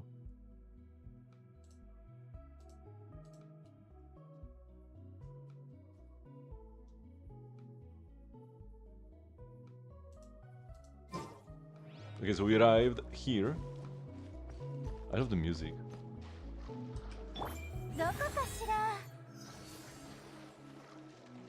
Just go randomly in the tent pool, okay. Varka is tall enough that he can just walk here without swimming. Okay, he finally started swimming. Should you skip Danica? I mean, you are free to skip Danica. I don't care if others pull Danica, I only care if I pull Danica. You know? Like, I'm not gonna be forcing, like, I will be, for example, over in Zenless, I will openly say that Ellen is probably the worst ice DPS. She's probably strictly worse than Sigrid at this point. And I'm not gonna tell anybody you should pull Ellen over Sigrid.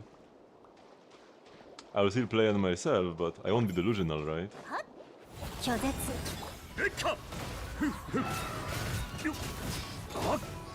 Danica is probably gonna be best in slot for Tsaritsa.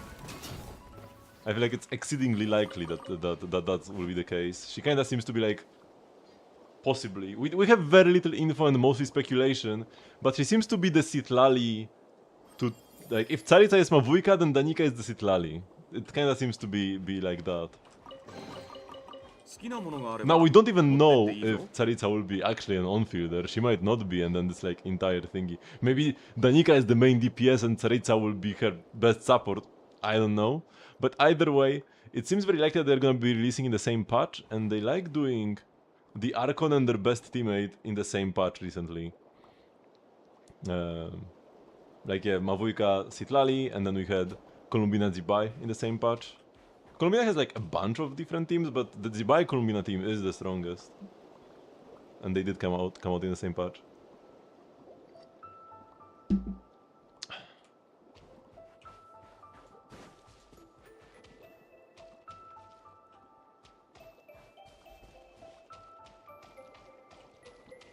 She's on screen all the time, what is the point?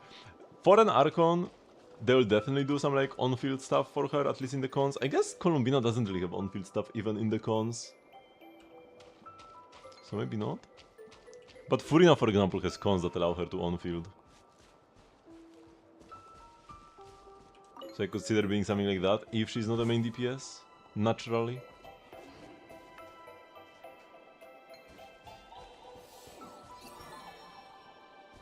Oh, they hid.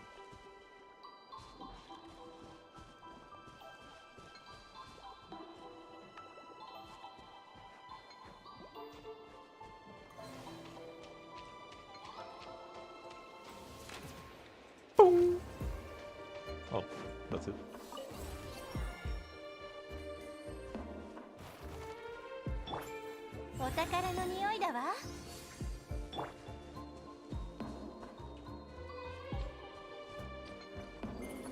Come forth, O child untainted. What is this? Now we don't know what sets you will be playing. O sailless one, ride the still sailing ship and come back to mother.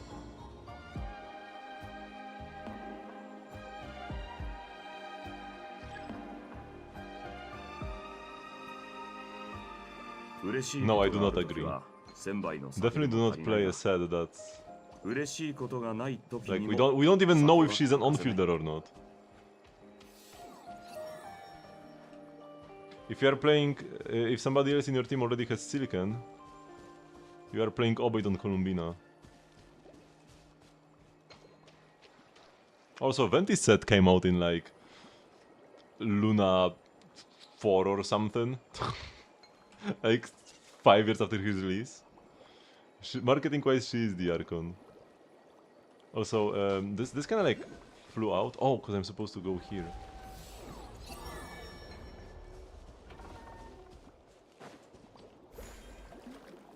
Floating ooze.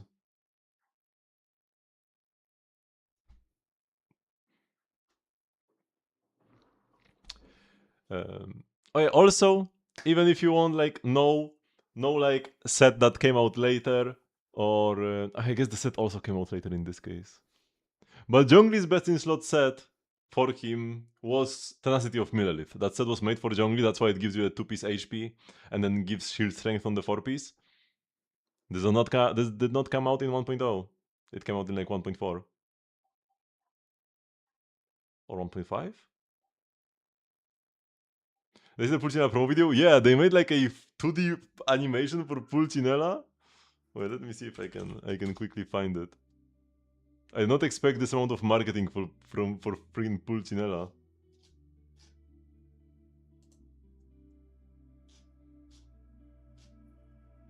No, it's not here.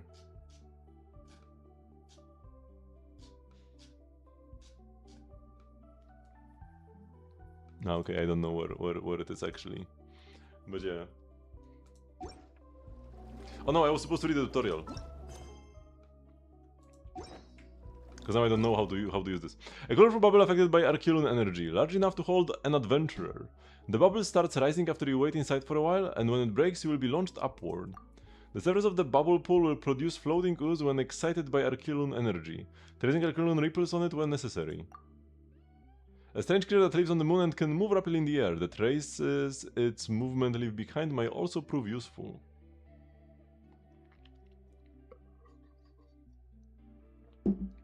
I do feel like a playable Pulcinella is not a 0% chance. I would give it maybe like 10% that he's playable. Honestly? Maybe not. I would say I feel like Pulcinella is more likely than Pantalone. Yes, I do. I do think that Pulcinella is more likely than Pantalone.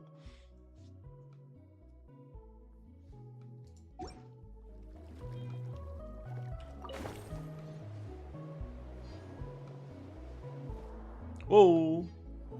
Oh, I'm going in the wrong direction.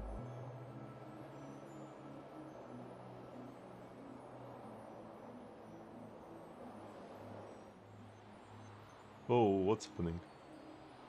My camera is tripping.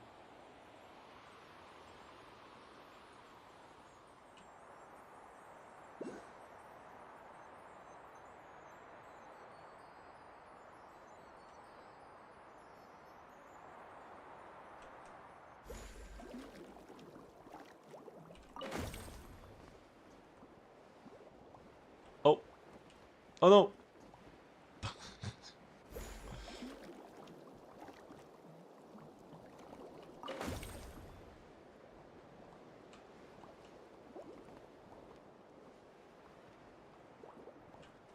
Definitely do not farm the sets yet.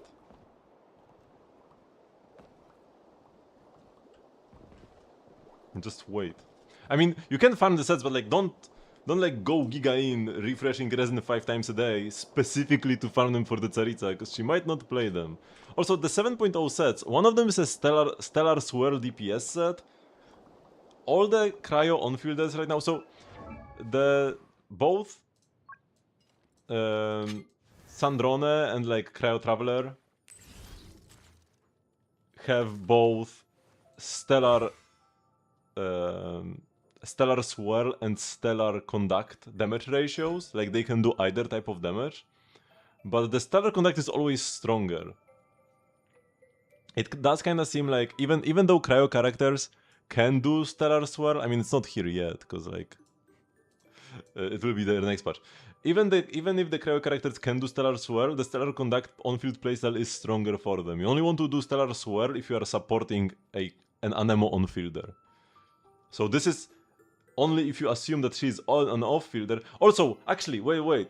The stellar swirl doesn't even work on cryo characters. Like it straight up does not. Yeah. So in order for the stellar swirl to proc, you need to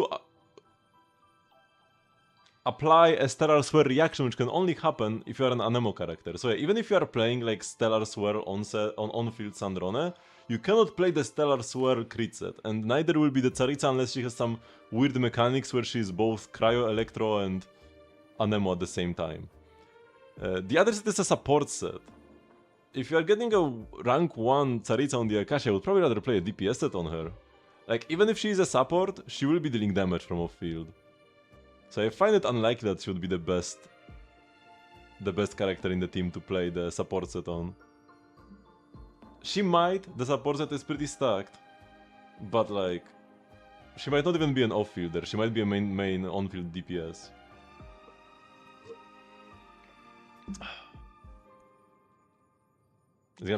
But it wouldn't be best in slot on an on-fielder, like you wouldn't play it on Sandrone, you're gonna play it on Odette in her teams.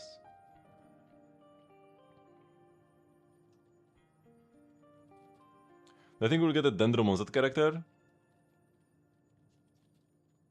No idea. We did already have like the Mondstadt period with the like all the Hextry buffs and all the new characters released. Lochen, Durin, Varka, Prune, Nicole. I mean kinda. Nicole is not a Mondstadt character, but she like fits the Mondstadt fairy tale vibe. And we didn't get anything Dendro. It might be a while until we return to Mondstadt again for like a bigger expansion. So I don't think we'll get new Mondstadt characters anytime soon.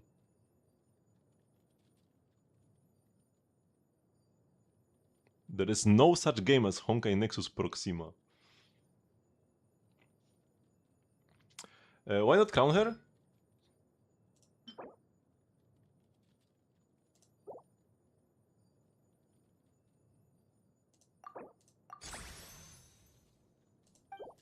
Here you go.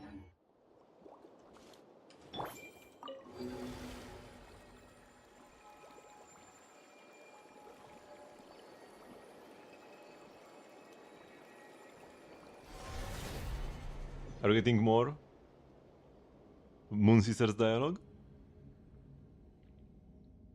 どうやら Let's go! 姉様も人としての姿を選び終えたようだね。あなたの姿も私の予想通りよ、カノン。でも、あなたがあの愛らしく小さな生命たちのために自ら進んでそのような姿を作り出すなんて思いもしなかったわ。当然のことだよ、姉様。あのか弱い命たちが私を信じ呼ぶのなら、私は彼らの声に応えるだけ。私たちは世界を維持するために生まれた。人という名の生命が私たちの世界に住まうことを望むのなら、彼らの願いに耳を傾けることもまた王が私たちに与えた使命だ。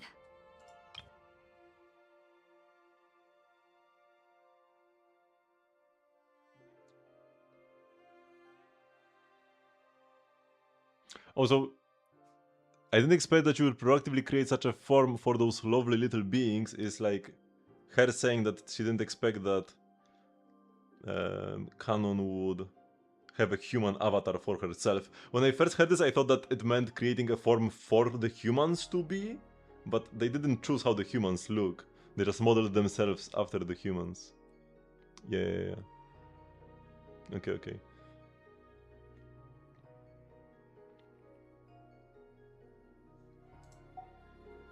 ええ、王も言っていたものね。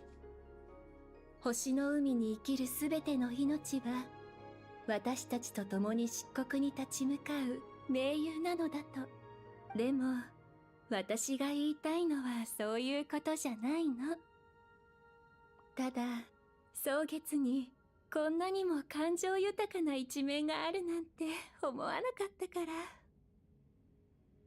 今のあなたとても可愛いわよ。姉様の言葉遣いもあの小さな人間たちに影響され始めているようだね。彼らの言葉はいつもそんな風に曖昧なんだ。なるべく使わないでほしい。姉様の言う可愛いが何を表現したいのか私には全く理解できないよ。In Japanese, the word she is finding confusing is kawaii. もうそんなことどうでもいいじゃない。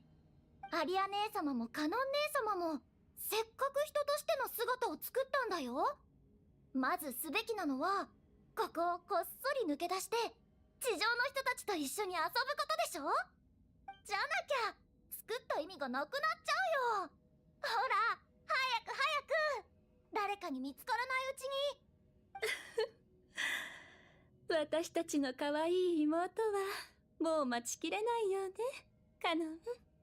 彼らが地上に文明を築き始めたばかりの頃はあんなよそ者たちは信用ならないよ。もちろんその創造物もね。と言って見向きもしなかったのに。 She was kinda right. それとこれとは話が別だから。今でもあのよそ者たちを中に入れるべきじゃなかったって思ってるけど、地上の人たちはソネットが楽しければそれでいい。行っておいで。しっかり姉様についていくんだよ。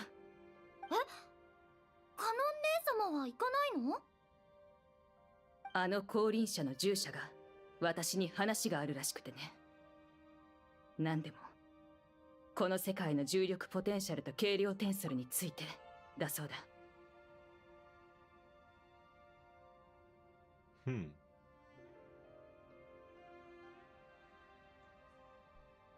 イスタロトが？確かそんな名前だったかな。人の名前はちゃんと覚えないとね。でも私の気のせいかもしれないけど、彼女はあの降臨者に対してなんだか。大丈夫。誤った判断はしないよ、姉様。でも気には留めておく。ええ、それならいいの。I have certain feeling about how she views that descender. Huh. Instead of that, like, interact with humans more than the other shades.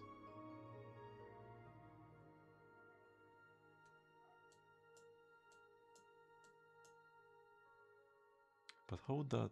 Huh. I don't know about this. What this exactly means. なんでもないわ。じゃあ私たちは先に行くわね、カノン。安心して。お土産はちゃんと買ってきてあげるから。お土産はなくてもいいよ。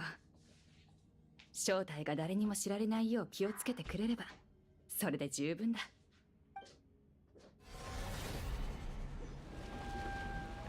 I need more Moon Sister lore.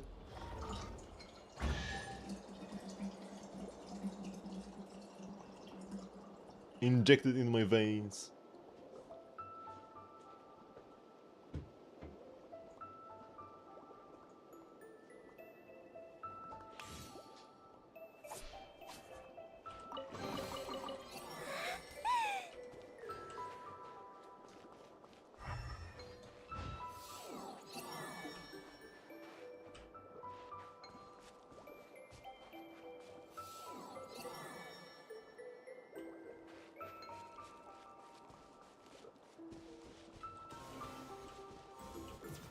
Boink.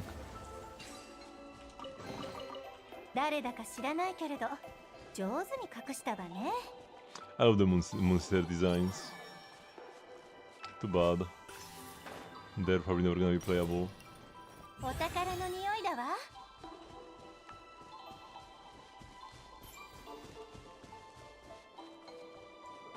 They created two tutorials. One with the bubbles and the other with the whales, just for like one cutscene. Two separate mechanics. I could still summon the bubbles like this, right?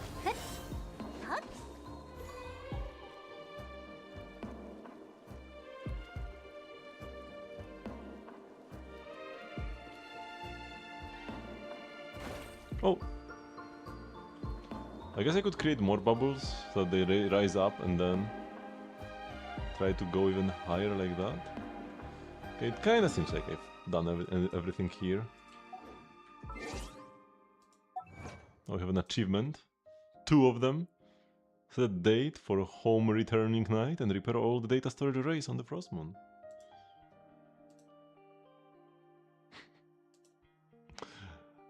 Set a date with Columbina.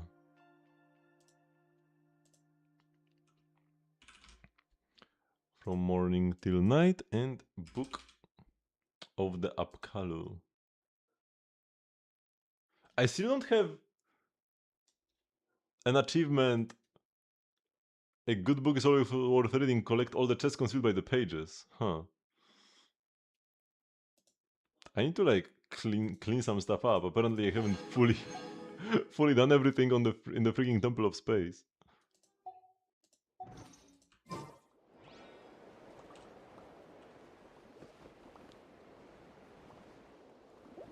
Had I presented the Genshin tier list? Oh no.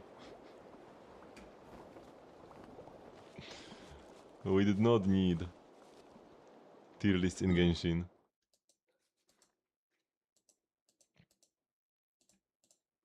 Okay, I think the only place I have left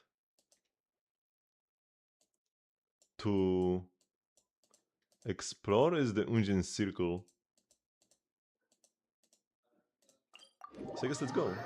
Unless I want to leave this for later. For like Monday? I'm at 79%. Okay, let's grab one chest to have 80. And yeah, we can leave the rest for like Monday.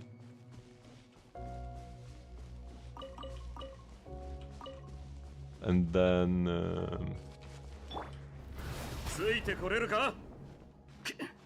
play some rhythm games.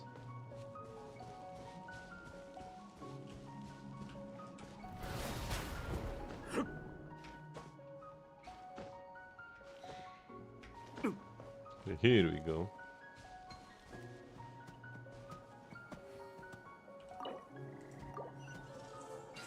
For a sec I thought I'm supposed to murder all the deer, but no, unfortunately not. And yeah, this one common chest, this is what I needed to get 100 extra Primo Gems. That's a one stacked common chest.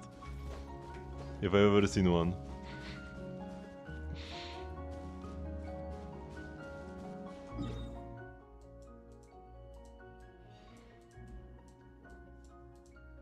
Wait, where is the... right here. No new reward to be claimed yet.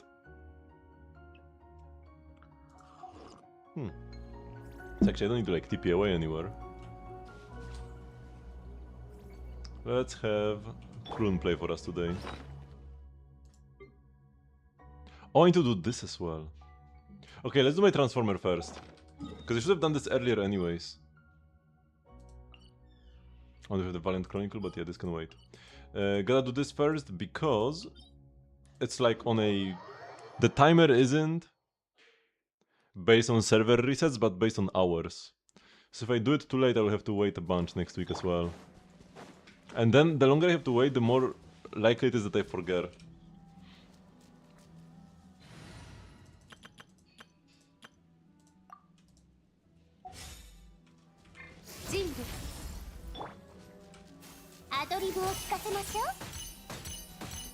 One day I will place it perfectly, immediately with the E-press. I think I'm too close. Oh no, I'm fine.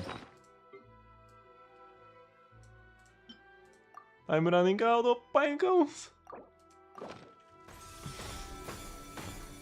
I had like 8,000 of them.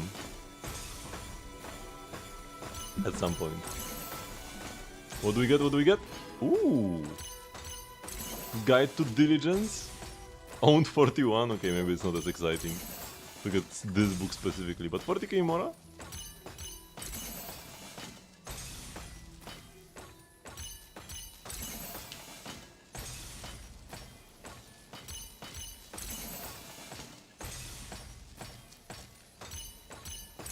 Okay, here we go. Let's go to like Mondstadt to get my Valiant Chronicle rewards.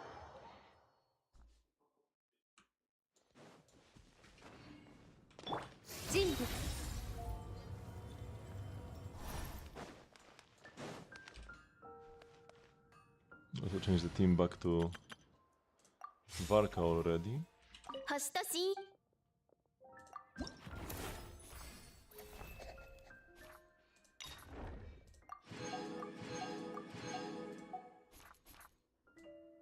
So if I were to have all of them, I would get a better thingy right now, but Churuldrik and Maha Vasudevaya Putra, I'm still missing one on each. Here I'm supposed to destroy the pot? What did you need, like geo damage or what to destroy the pot? Or overloads? And here after Maha Vasudevaya Putra reverts back to its normal state for the first time, defeated before it goes into the scorched state. So kill this guy quickly. And they haven't done it yet.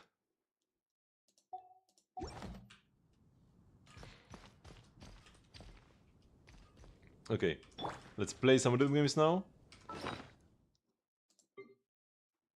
Oh, we also have the Sandrone thingy.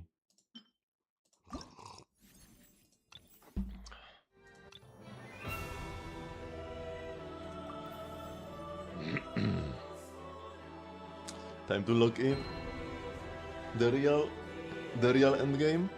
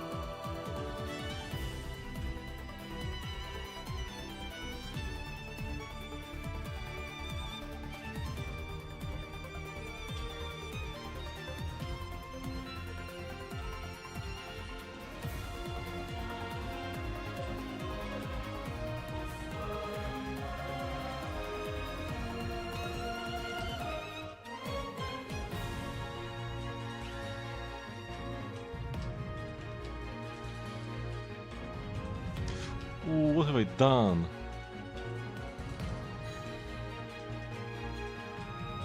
On such a simple part as well.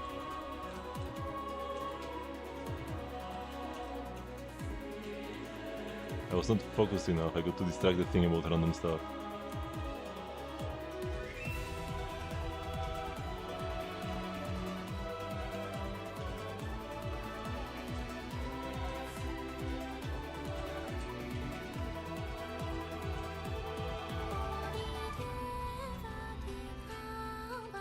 Let's see if I will get the hard part correctly. Towards the end there's like the one part where I most often lose my perfect runs. If I get it perfectly, it will be a shame that I messed up here earlier. If I fail anyways, then it's like, I guess I wouldn't have gotten perfect anyways, so it's okay.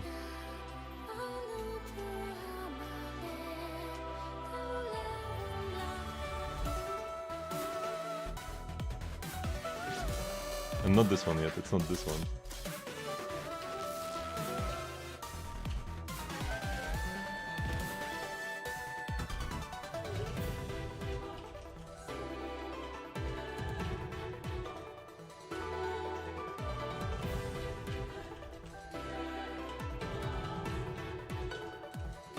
This one. I think I did get some goods. Which it was that fast section over there, right? As I said it.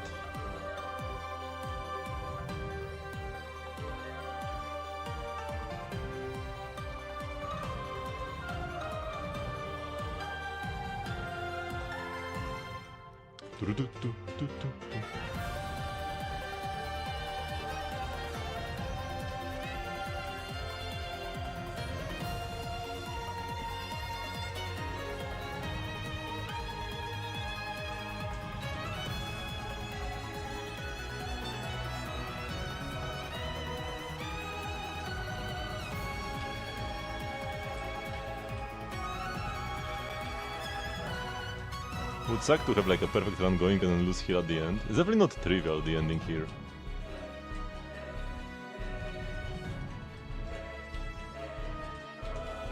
Nothing too difficult, but it just keeps on going.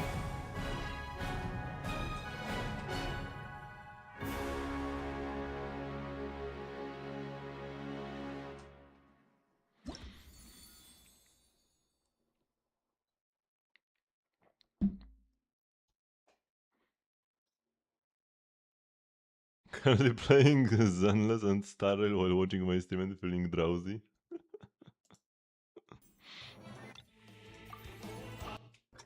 Time to wake up to Dust's Favonius lead.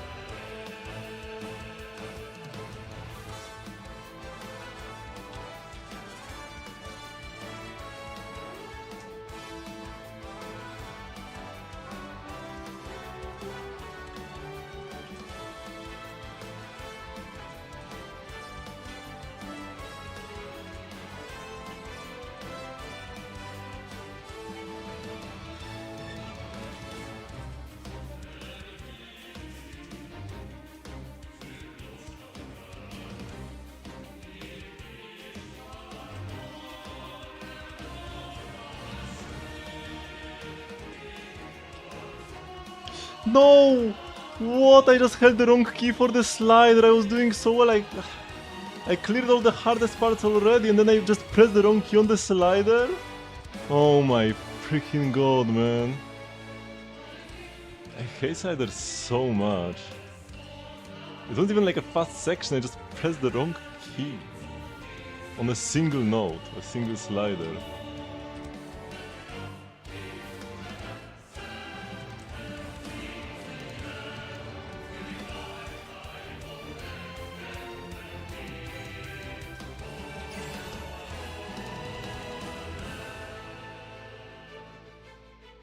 Four AM for you. Yeah, you should probably go to sleep then.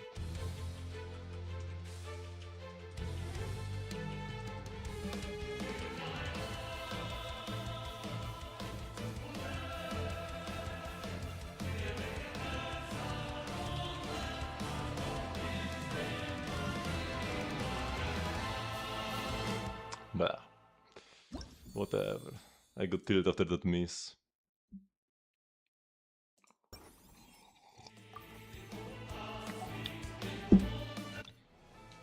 Ah man, both of these were going well until like something very dumb happened.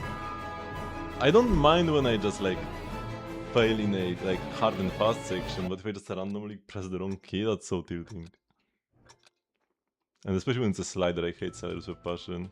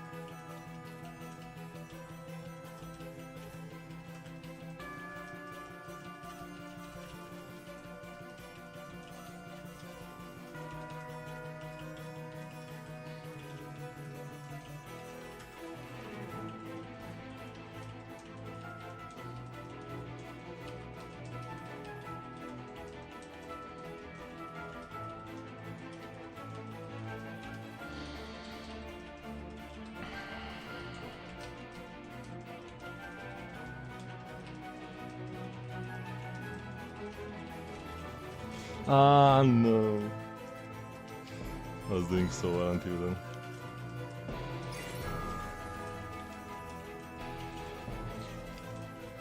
Ah.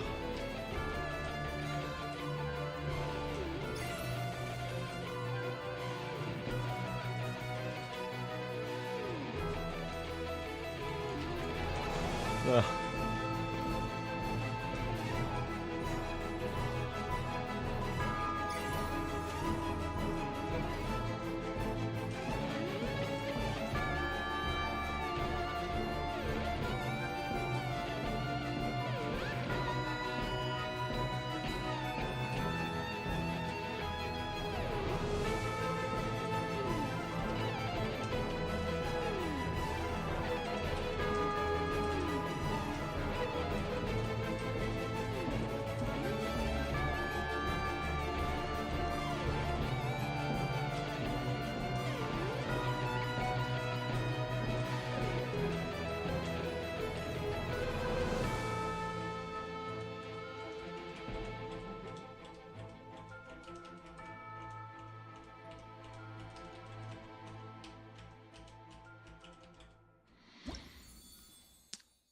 This felt like a better run than 14 good 6 misses. But probably because the misses were like backloaded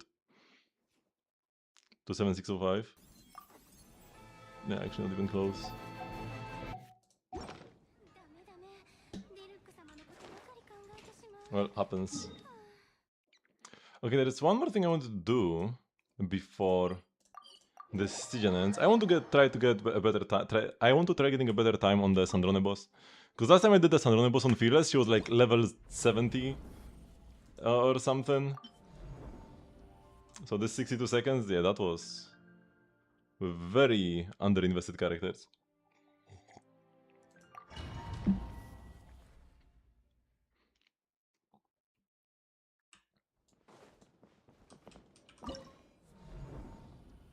Let's just try getting a slightly better time on this.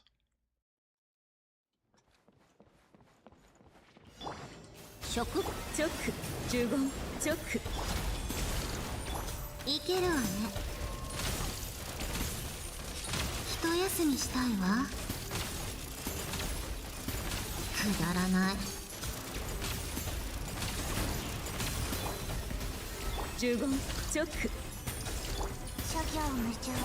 ティータイムの余興よ。ついてきて。一休みしたいわ。平穏ちょいけ。呪言律令滑稽ね。ついてきて。 Yeah, I like this. Could probably be even better, but this is good enough.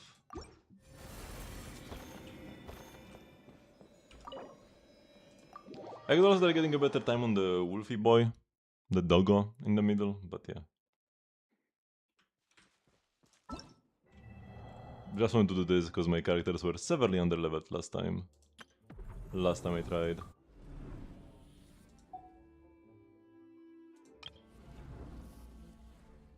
Starstick has a better fearless time than me. Oh, the Sitoma Boyka here to cut it down.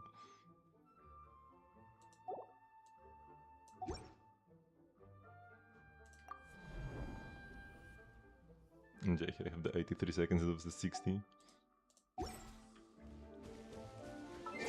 That was a fearless capable line. That was a dire capable lineup. Oh, I got the Lohen. The Lohen avatar looks sick. With the sinister smile in the background. Okay, so that's... I think that's all actually test runs I have... Oh no! There is an Orron test run, let's do that one.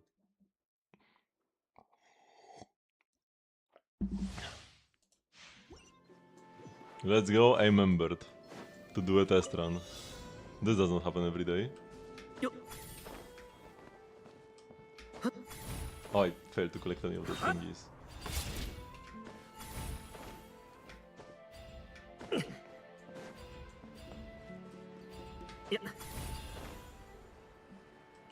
I really like the Orron and Citlali like extra glide thingy. Oh, and I have to kill them all.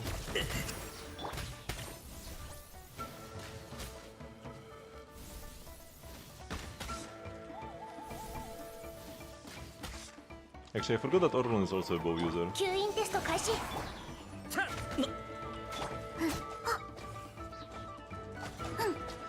断罪の名において。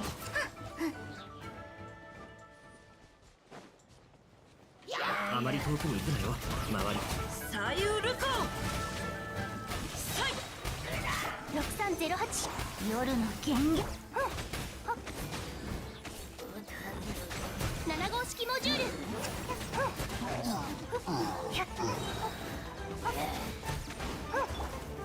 さあみんなに会い股間奥義夜の源源。安全距離。 Fairy teams are so fun to play. だだこんだら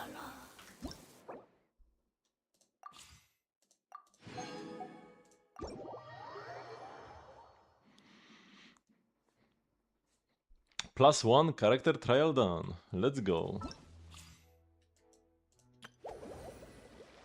Oh, I need to do the Miliastra garbage as well. Gotta get my... Yeah, thingy from the BP.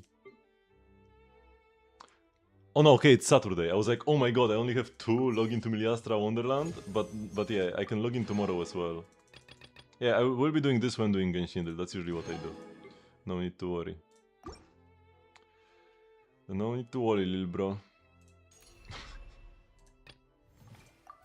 And hopefully I will remember tomorrow to like do the final stage.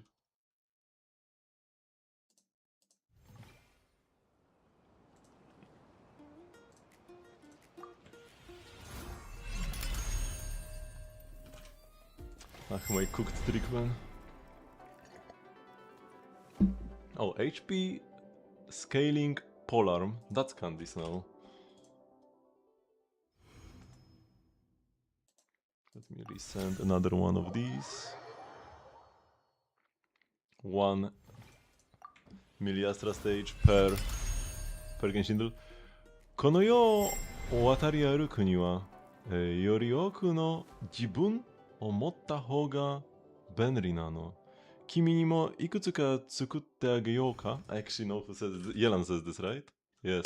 So in this walking along this world, it's useful to have multiple selves to like use along the way. Do you want me to make some for you as well? I actually remember this exact quote and that Yelan says this. Because apparently Yelan is like the master of these guys and like everybody who knows her knows a different Yelan, but then like in every event she just she just has the same outfit every single time. Yeah. I felt Kokomi vibes. Okay, no, this is... Oh, is this... Emily? No. Nilo? Trail of the Chilling. Oh, that's Ganyu! Sure.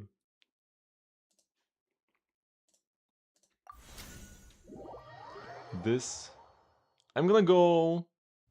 You know what, we just did an Ororon trial. Let's go Ororon. It could be any Electro character.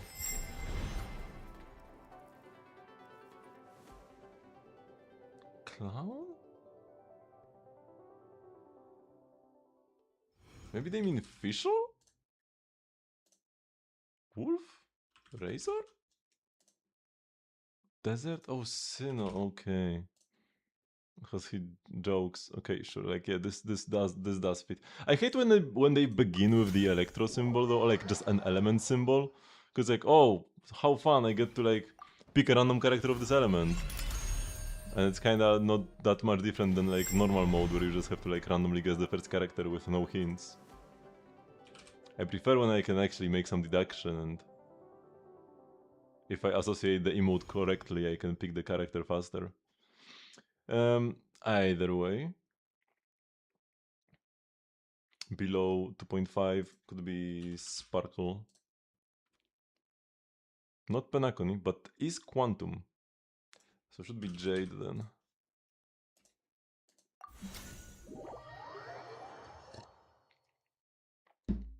When I saw Clownface, I was thinking of the Fatui. Because the Fatui are like fools.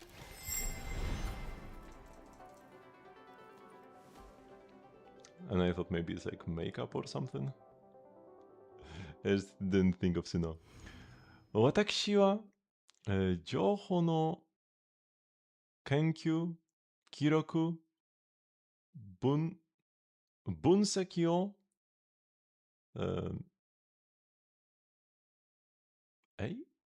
得意。Oh, that's how it is. 得意としています。判断を下すのは長官の仕事になります。So, my job is to research, record, and analyze information. Or like, I'm good at doing this. But when it comes to decisions, this is the job of the director. This should be Hanya? No. Also, Watakushi. This is like a hint. So it's like a girly character. Not just like a girl. Like, I know for sure it's a girl because of the Watakushi, but also like a girly girl.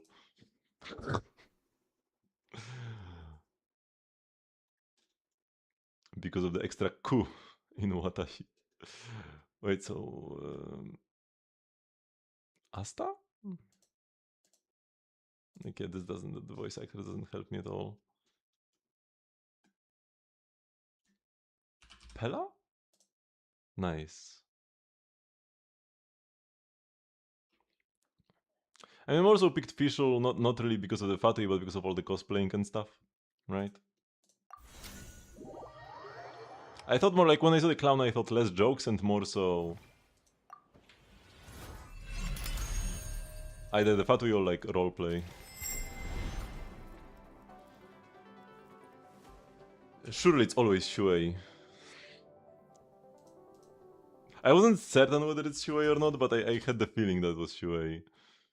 Oh wait, I did this too quickly. I need to resend another Wonderland thingy.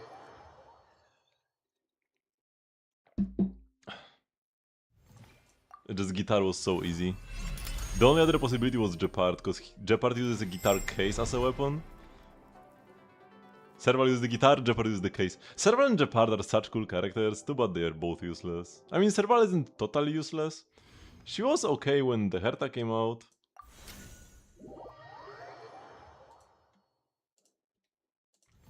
But the Herta isn't that amazing anymore, unfortunately. Even with premium 5-star teammates. This is gonna be Kitty. Nice. It was 50-50 between Pulchra and Caesar. But I thought Caesar was like more recent. And by more recent I mean like it's been weeks anyways, either way. Okay, so how many do they do? 9?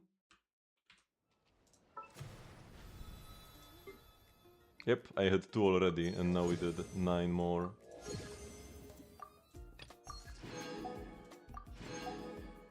Oh no, wait, I do have the login to Miliastra Wonderland 3 times thingy.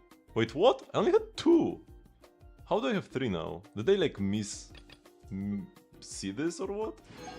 So I guess we can do it until the end, but I need one more Wonderland, a different Wonderland. If a question regarding team building in Genshin, you are coming back to it because you want to get Tsaritsa. However, last time you played was sometime in Natlan. From there and not Cry, you only have Mavika and Columbina, but you have some of the characters before Natlan, not Furina though. Furina is not really too relevant nowadays. Is there any viable team with either Columbina or Mavika that can be built? You are in luck for Mavuika, not so much for Columbina. I mean, Columbina is a great character, she's part of the best team in the game, but Columbina needs 5-star teammates to really shine. For Columbina you really want another one of the Lunar characters, like at least one of them. She's not totally unplayable, but she's just like a decent off-field Hydro if you don't have another Lunar character, right? Ideally you would want either... oh my god. Ideally you would want either Inefa, Lauma or Linnea, one of the Lunar off-fielders. Then you can pair them with Columbina and just put them in any team you want really, or even on-field the Columbina. Especially with Lauma, if you want to on-field Columbina, Lauma is the pick. And then like ideally you would have the on-fielder as well. If you were to complete any of... because there are like 3 Lunar teams. Oh, I can't, wait, let me... Actually no, I want to stay here, but I can go like this. So, there are 3 Lunar teams. There is Inefa Flynn's Columbina. There is Linnea Zibai Columbina. And there is Nefer Lauma Columbina, right? Any one of those 3 would be amazing. They're like 3 of the strongest teams in the game right now. But yeah, she really needs at least like the off-field part of the combo to really perform well. Mavuika, however, can have amazing teams for like giga cheap and only playing old characters. Mavuika is a very technical character. She has like the highest skill ceiling possibly of all Genshin characters, so if you like action games and like difficult inputs, you can like min-max Mavuika like crazy and have amazing results. You don't need to do crazy combos to perform well, but you need crazy combos to perform on par with recent shield teams, right? Because she's already almost 2 years old. So if you just play her by holding down the charge attack button, she'll be decent. Probably better than any other team you have. But if you want her to like really be peak, there are combos, special combos you can learn where you can cancel her dashes with charge attacks and the charge attacks with dashes and whatever. And yeah, for her you can play teams with old characters just fine or only 4 stars. One of her best teammates is Chevrus. She's a 4-star from Fontaine. So if you have her, ideally you really want Chevrus C6, but even before that she's already plenty strong. And you can play Overload Mavuika teams. You would want some off-field Electro. But you don't even need off-field Electro actually. Jansan is another, like, so for 4 stars, Jansan, Chevrus, Bennett, Ororon are great teammates. Raiden, no, Raiden is bad. Raiden is straight up bad nowadays. Fischl is good though. And you definitely have Fischl. override 別の them. 天中中に分け与えられた楽園へで But yeah, for the best Mavuika teams, you do need other characters that are from Natlan. At least one of them. So you really need like either Yansan or at least Ororon. Hopefully you have one of them. And then you can play like Chevrus Bennett, and that's a great team. You can play what's called Mavuika Hex teams. 一体どこから You have Ororon that's zero, that's fine. Yeah, Ororon would work. So you could play Mavuika, Ororon, Chevrus Bennett. That team would slap. And it has a high skill cap, but the skill ceiling, it has a high skill cap, but the skill floor is pretty low because you just need to like burst and then hold the char attack button. So it's not like you won't be able to play the team at all. There are also teams that play Mona and Sucrose, but those will be harder to play. Those actually, like, if you mess up, are gonna be kinda bad. But yeah, Sucrose, Mona both got buffed よし recently. And two of them, plus a Natlan unit, like probably Yansan? And then Mavuika, that's a very good team as well. Yeah, Chevrus as well, low con. Chevrus cons are great if you have them, but you will be okay. Like, you will be okay in Abyss without Chevrus cons. You better stick with older teams without Columbina. If you have like very old teams, it might still be worth it to put in Columbina. Albedo, Jungli, Ito, and Columbina.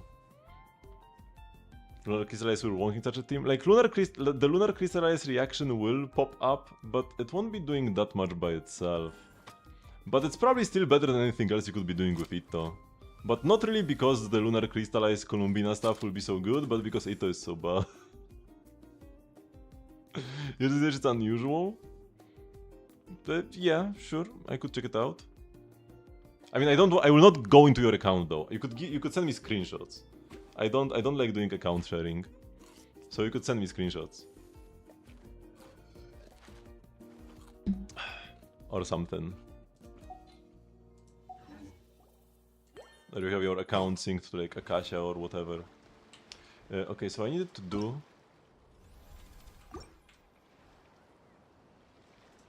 this one more Wonderland, so let's go to the DPS test dummy. Is Discord fine? Yeah. Join the Discord server to get stream notifications and the like.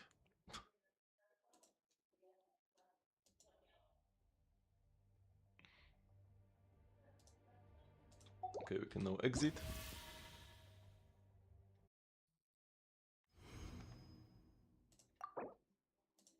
And will this be 3 different ones? I don't think I've done this one this week.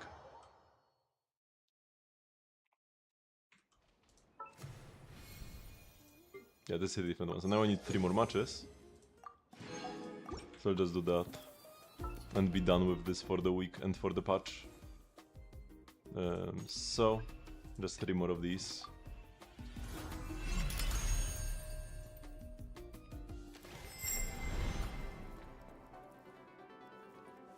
We also had somebody called Evi Artist join the server. I'm just gonna kick them immediately.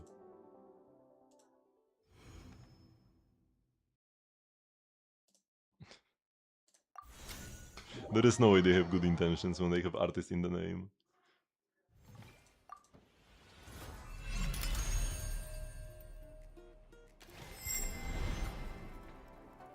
They're gonna DM you. It's the worst when they harass the members of the server. If they harass me, then that's like whatever. Comes with the job. But for other people, it could cause them to leave the server. And that would be sad.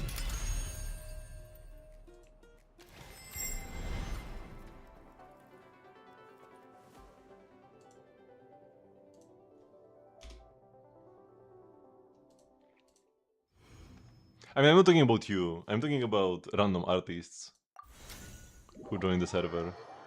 There was somebody called Evi Artist who joined right before you.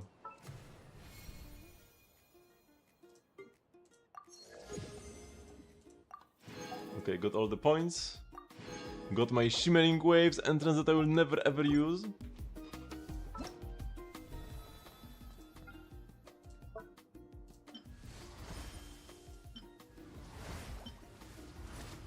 I actually missed one of them. I missed one of the entrances from that you get from the BP.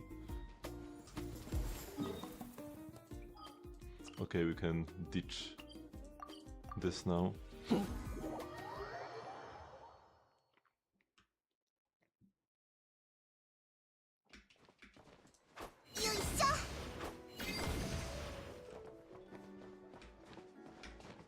So yeah, doing everything between the rhythm gaming and Miliastra did take me like 20 minutes. There is so much stuff to explore, yeah. And like, we just had a huge update right now with the moon being added. And next part we're getting Sneznaya. We also got the Temple of Space, an absolutely insane area over here in North Mondstadt. There is a portal to it, crazy place. Feels almost like going to Celestia. You're leaving the moon for last? Yeah, sure. It has a great world quest attached to it. You should definitely at least do the Not Cry Archon quest before doing the moon though. Speaking of the moon, I wanted to check, now that I have the compass, can I check if there are chests around here?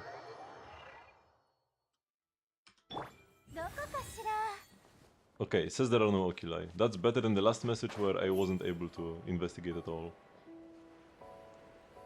There could still be something underground though. I need to upgrade my compass to actually show everything.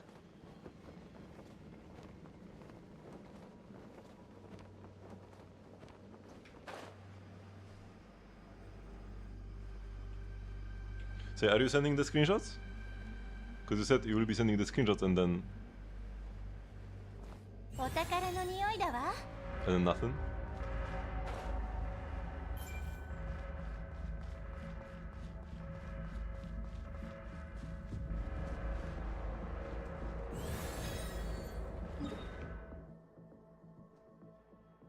Okay. So it looks like there is nothing here, but yeah, I will check again after we upgrade the compass. In the meantime, I guess let's go grab a chest or two.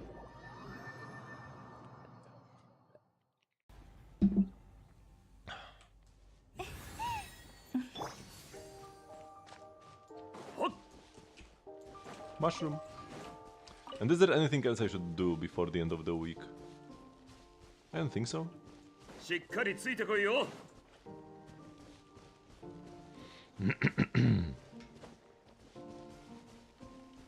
But at least when it comes to like pool advice, one thing I can say for sure even without looking at your account is pull out that next patch. It kinda seems like the correct option for everybody. Oh, I need to charge at this. That's how these work.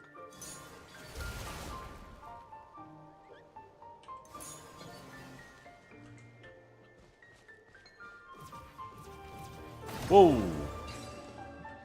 Bro went hard for this chest. 戦利品か。冒険。 Okay, send 3 screens of the roster.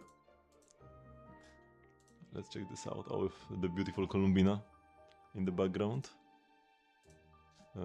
Bam. Bam.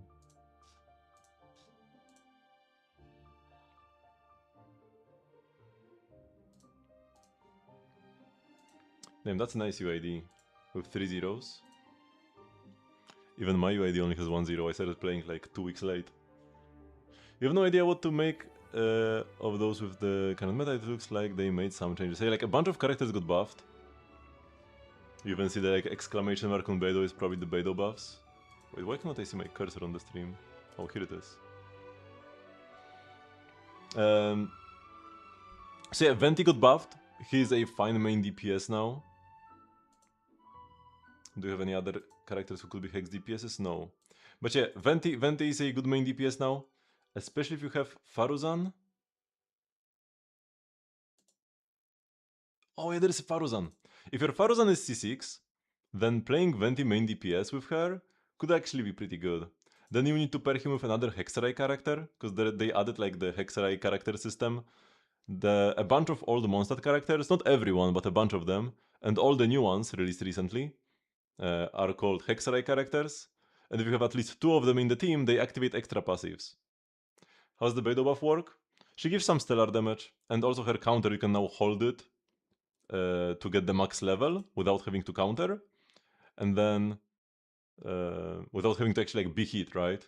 You can still like get hit, get the max level immediately, but if you just sit there and wait, it will also charge up eventually, just like Yunjin and Candice.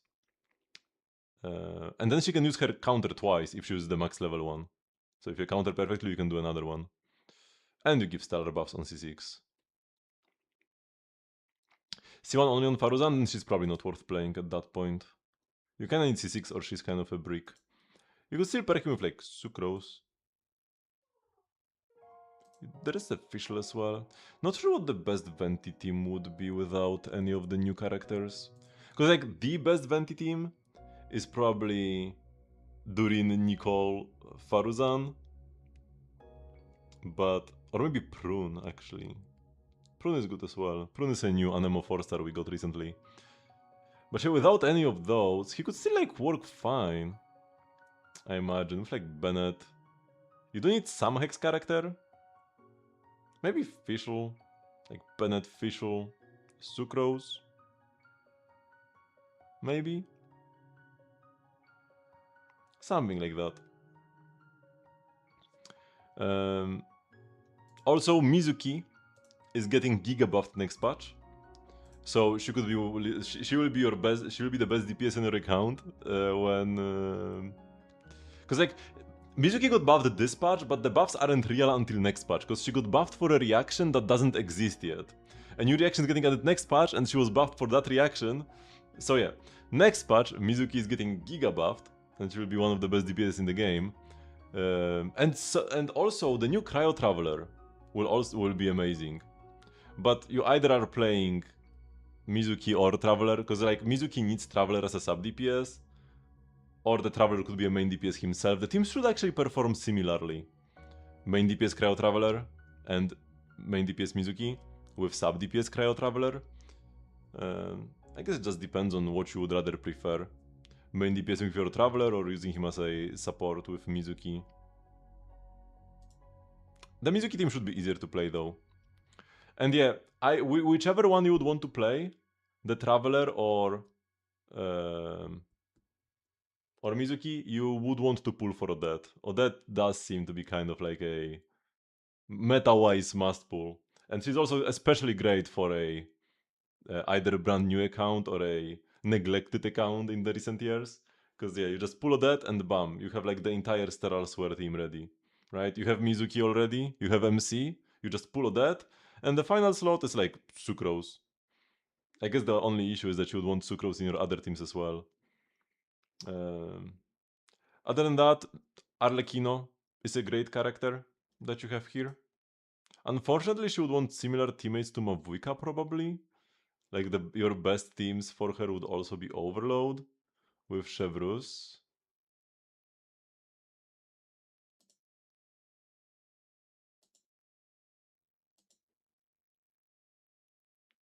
Arlecchino is well built. Yeah. Arlecchino is kind of just like Mavuika but worse. She's still very good though. So if you could make two teams with them, that would be great. But I don't think you would like really have enough characters to have two decent teams. Unless you were doing some Hex Mavuika stuff, but that's a bit too dunk. Probably just better to play main DPS Venti at that point. Novelit is a fine character as well, but you don't have Furina, so that nerfs him quite a bit. Probably isn't gonna be holding up that well nowadays. So your best bets would probably be Arlecchino or Mavuika. Then like Mizuki. Even if you don't end up getting Odette, Mizuki, Cryo Traveler, and then like Diona, Sucrose should be fine. Should be a good enough team. But ideally with Odette. And then either like the other one between Mavuika and Arlecchino, try to make two teams, or like Venti main DPS.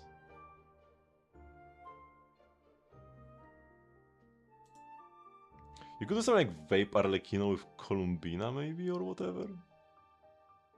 But that would only be good if you were playing like Mona Sucrose as well. Like yeah, Mona Sucrose, Columbina, Arlecchino would be a pretty nice Arlecchino Vape team. Arlecchino Vape Hex team. Yeah, that would kind of work. And then you would still have...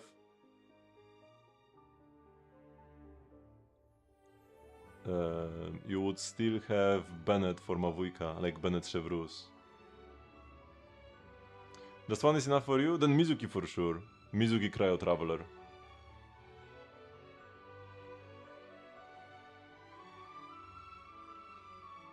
Clomina, Kokomi, Arlecchino, and Venti. I mean, in the overworld, everything will work. So you'll be fine there. But yeah, if you want to make use of Columbina in a team where... Or actually, no, you'd want to be playing Fischl. Oh yeah, that's how this worked. Yeah, like Columbina, Fischl, Arlecchino, Mona. Yeah, not Sucrose, but Fischl instead. And you get like a... You get the Fischl buffs.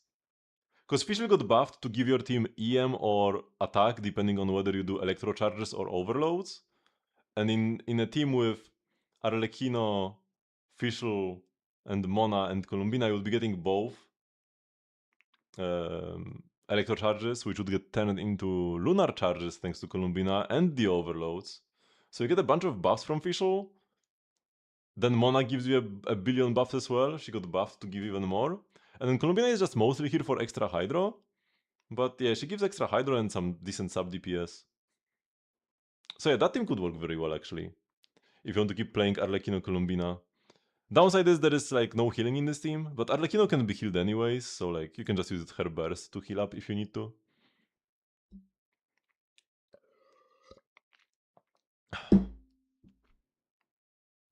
Here's 6 Mona is C1. Fisher C6 is the important part. Mona would be nice if she was C4, but if she isn't, that's still okay. Because Mona C4 got buffed. Actually, no, Mona C4 wouldn't even work here, right? It would only give the crit rate and not the crit damage. Because this always gave 15 crit rate, but now also gives 15 crit damage for Hexalai party members. But yeah, this wouldn't include Arlecchino. So it's still just the old 15 crit rate. But the big thing about Mona is she got buffed to be able to extend her burst duration with her normal attacks. When Mona's normal attacks or charge attacks hit an opponent... Wait, is it this part? No, this one.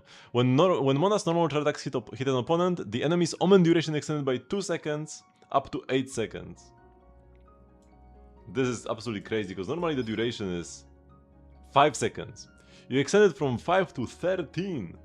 You just like have to waste a little bit of time on field attacking the enemy, so it's not like straight up 8 more seconds, but that's still crazy. But you do need another Hexalai character, right? So you need like Sucrose or Fischl or somebody like this in your team. And you also need to do their quest. If you like haven't done Fischl's quest and you put her together with Mona, this will still not activate, because it needs to be a character who has actually completed Witch's homework. Even the new characters like Nicole, they also need to do their quest before they are considered a witch character, even though she's literally a witch.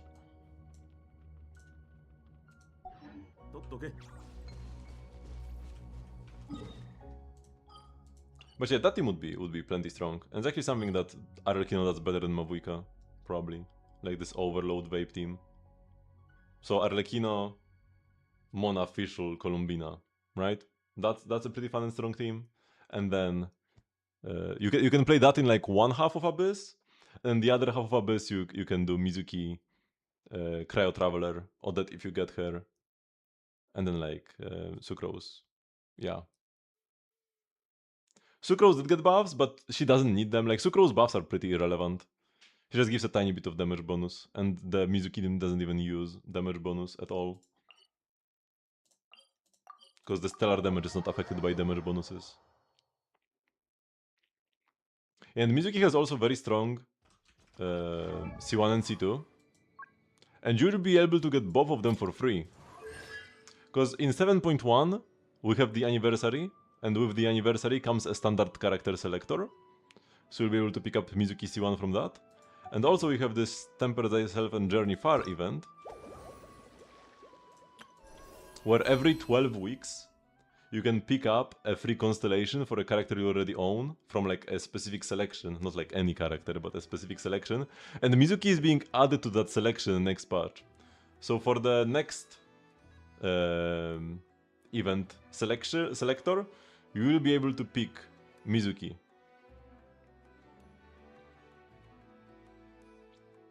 Was there a recommendation from Mizuki? She just wants like EM and crit. You probably don't have like some event weapons from like early Not Cry. Because like Ethernet Spindle is nice, 200 EM, and like the ER is not totally useless. No, Lost Prayers would be pretty bad, I think. Maybe it's okay for just the crit. No, I'd probably rather play Witsith. Yeah, Witsith is better than Lost Prayers. Because Witsith has a passive and Lost Prayers does not. So like Witsith is probably the default option.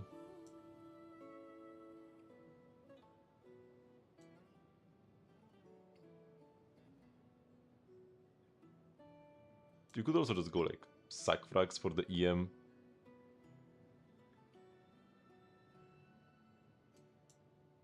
Really unlucky with it, but do you have like at least one?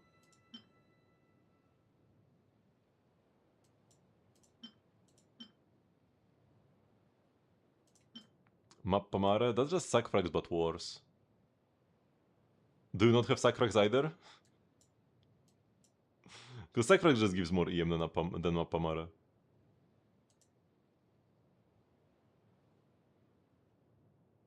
Or if you played in 7.0, the Ethernet Spindle loot is an event catalyst.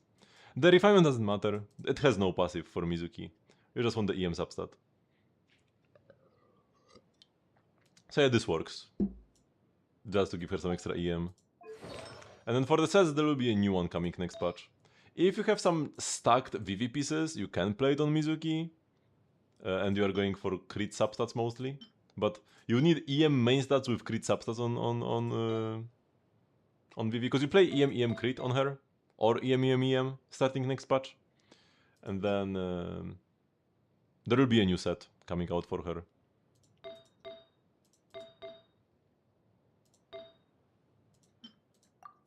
Would I have anything?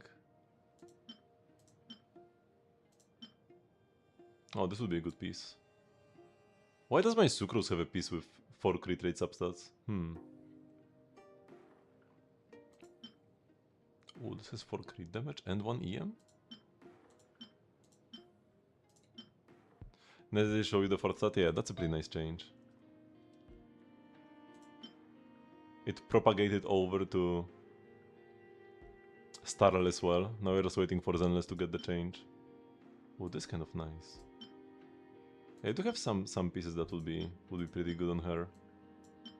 But I will probably want to just farm the new set for her anyways. We'll probably have Vesna, Power Creep Mizuki, like a patch or two later. And then I will want the new set for her.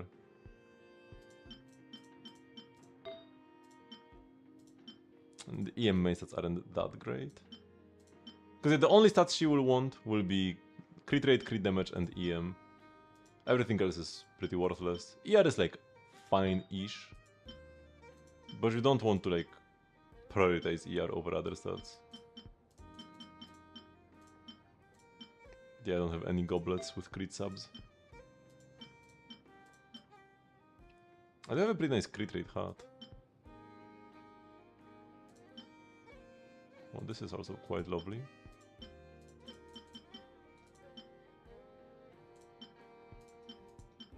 And this one as well. Okay.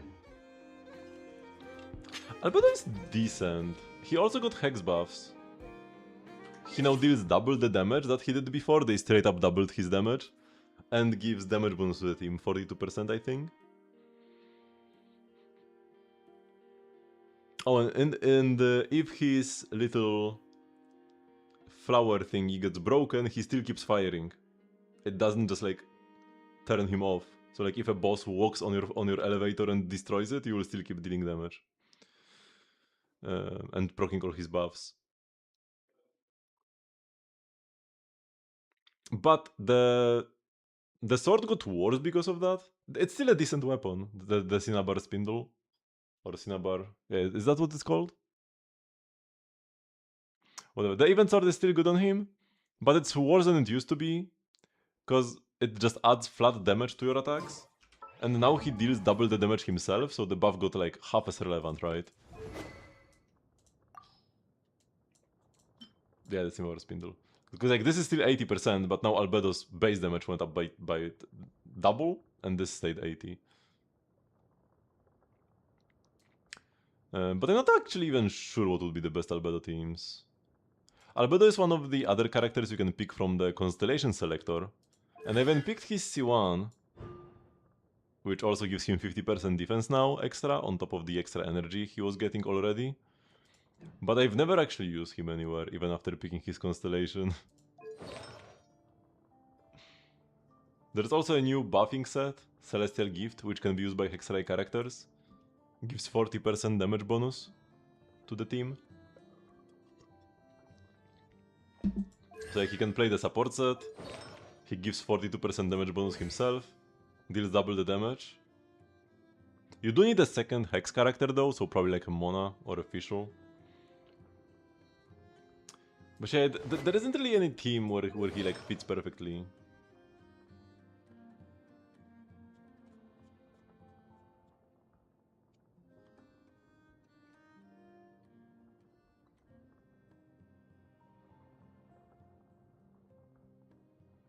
And yeah, you would mostly want to, because he has some buffs and then some damage himself, right? You get 40% from the Celestial Gift set.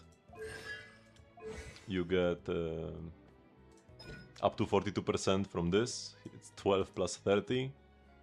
Although the 30% is only for Hexarray characters and the 12 is for everybody. So if you have like an Arlecchino or something, she will only get the 12, not the full 42. And then he has his old EM. 125 EM.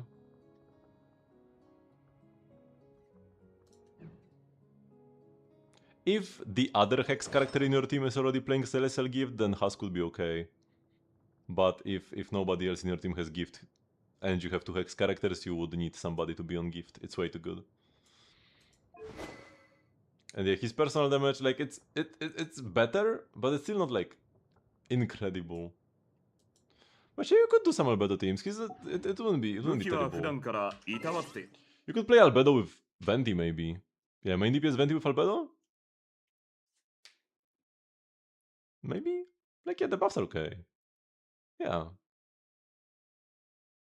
Mana can use Celestial Gift, yeah. If you have Mana on Celestial Gift, then Albedo can play Husk, yeah. That's good. So if you wanted to play on-field Venti, you could do Mona Albedo and like Bennett. Yeah, that actually sounds decent. You don't get any Anemo Shred, but for that you would need C6 Faruzan anyways, so like we don't have that. Okay. Thank you everybody very much for watching, but this will be the end of the stream for today. I do have a stream almost every day at 8 PM CST, which is 3 hours 20 minutes before now. You can join the Discord server to get stream notifications and the like. And yeah, we'll have another Genshin. Tomorrow I'll be playing. Tomorrow I'll have actually an early Star Rail stream. So not 3 hours before now, but like 6 hours each before now. And we'll have like a 6-hour long Star Rail stream. And then we'll be streaming Genshin again on Monday. And then on Wednesday, when Snezhnaya comes out, I will start streaming in the morning, right after the patch comes out. Maybe like 2 or 3 hours after the patch comes out. You love playing 24cc, wish they never nerfed it. They didn't like nerf him directly ever, they just added more enemies that cannot be pulled to Abyss. But in the overworld you still pull everything just fine. They even... Because like they added a bunch of enemies in Inazuma that were harder to pull, but then they changed them to make them easier to pull. There was a patch where they made a bunch of Inazuman enemies easier to pull together. The foot soldiers and also the specters, they nerfed their CC resistance. So yeah, for like even modern enemies, any of the like human guys, healers, whatever, they still get pulled just fine. And now Venti can stay on field and deal damage himself, which is nice. Before there wasn't really much you could do with him after bursting. But yeah, I'll see you tomorrow. Even if you want to like ask about Genshin and stuff, you can still come to the Star Rail stream just fine. So yeah, we could just continue this talk tomorrow, even when I'm playing Star Rail. So see you tomorrow. Bye bye.